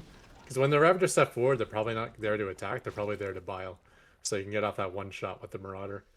Yeah, it's an okay trade, trading Marauder HP for Ravager HP, I think, because as a Terran, you want them gone. And if they're biling, you're not even going to take any HP damage, right? Because you can't bile and shoot at the same time. Yeah, like Benbot does a pretty good job. But I feel like they're probably coding a lot in the edge cases when it comes to this bunker contained stuff.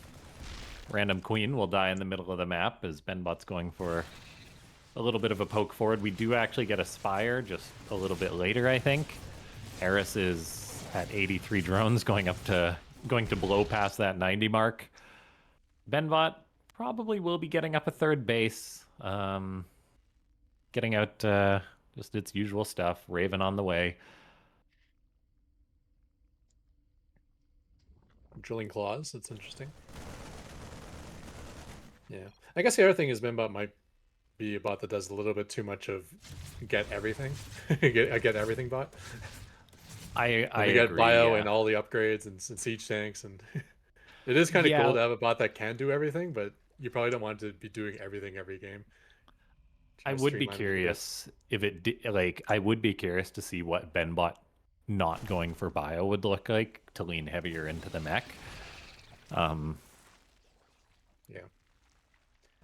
We're just like nitpicking in details though, because really you got it is the details that matter when you're trying to beat someone like Eris. Oh, that was miles I was gonna hit actually. Yikes. Oof. Okay, Widowmine's tank, Raven.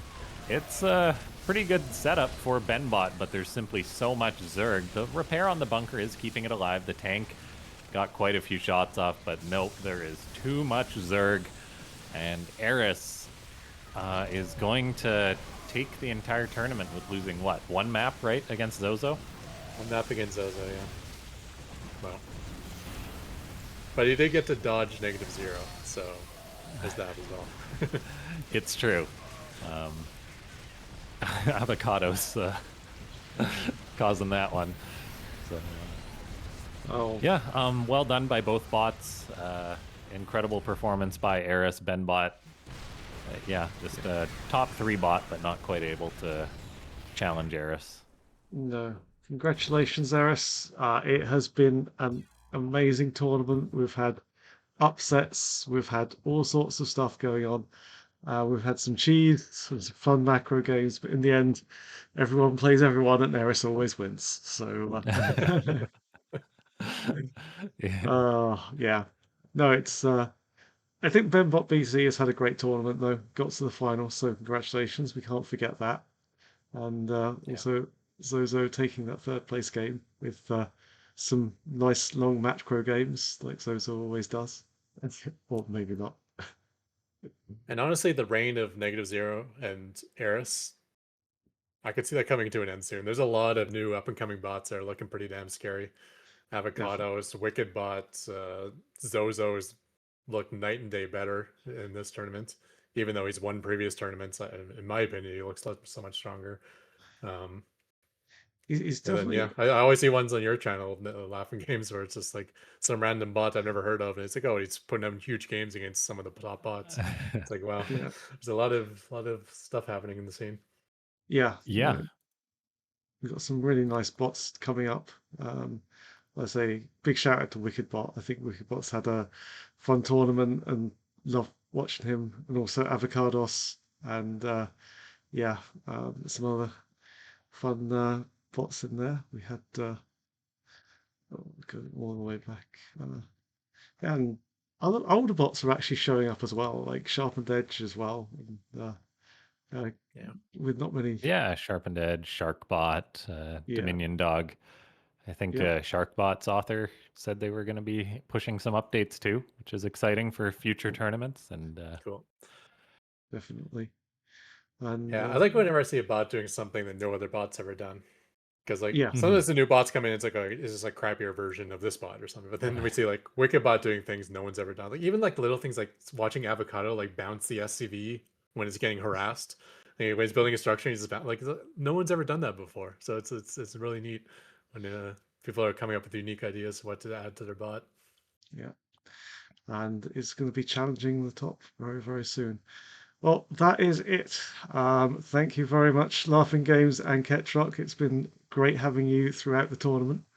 Um, well, thanks. yeah, thank you for having us and for putting it together, Crypt. I know a lot of Yeah, work goes into organizing these and whatnot. yeah. Yeah, big shout out to you. Well, well, thanks, guys. And for all the top three bots, we'll be contacting you with your prizes pretty soon, probably tomorrow. Um, as it's pretty late today, so I'll get a chance to do it now. and um, but yeah, so we'll be back again. I always aim to try and do two a year, although sometimes we only do one, as it's been for the last couple of times. So we might try to do another one later in the year, but don't worry if we don't, because ProBots are planning their next tournament, or so I hear. Um, so that's going to be a fun one, and I definitely look forward to that. So thanks everyone for tuning in. Thanks again to the co-casters, Ketrick and Laughing Games, and we'll see you again soon. Bye. Yeah. Thanks for watching, Congratulations, guys. Eris. See ya.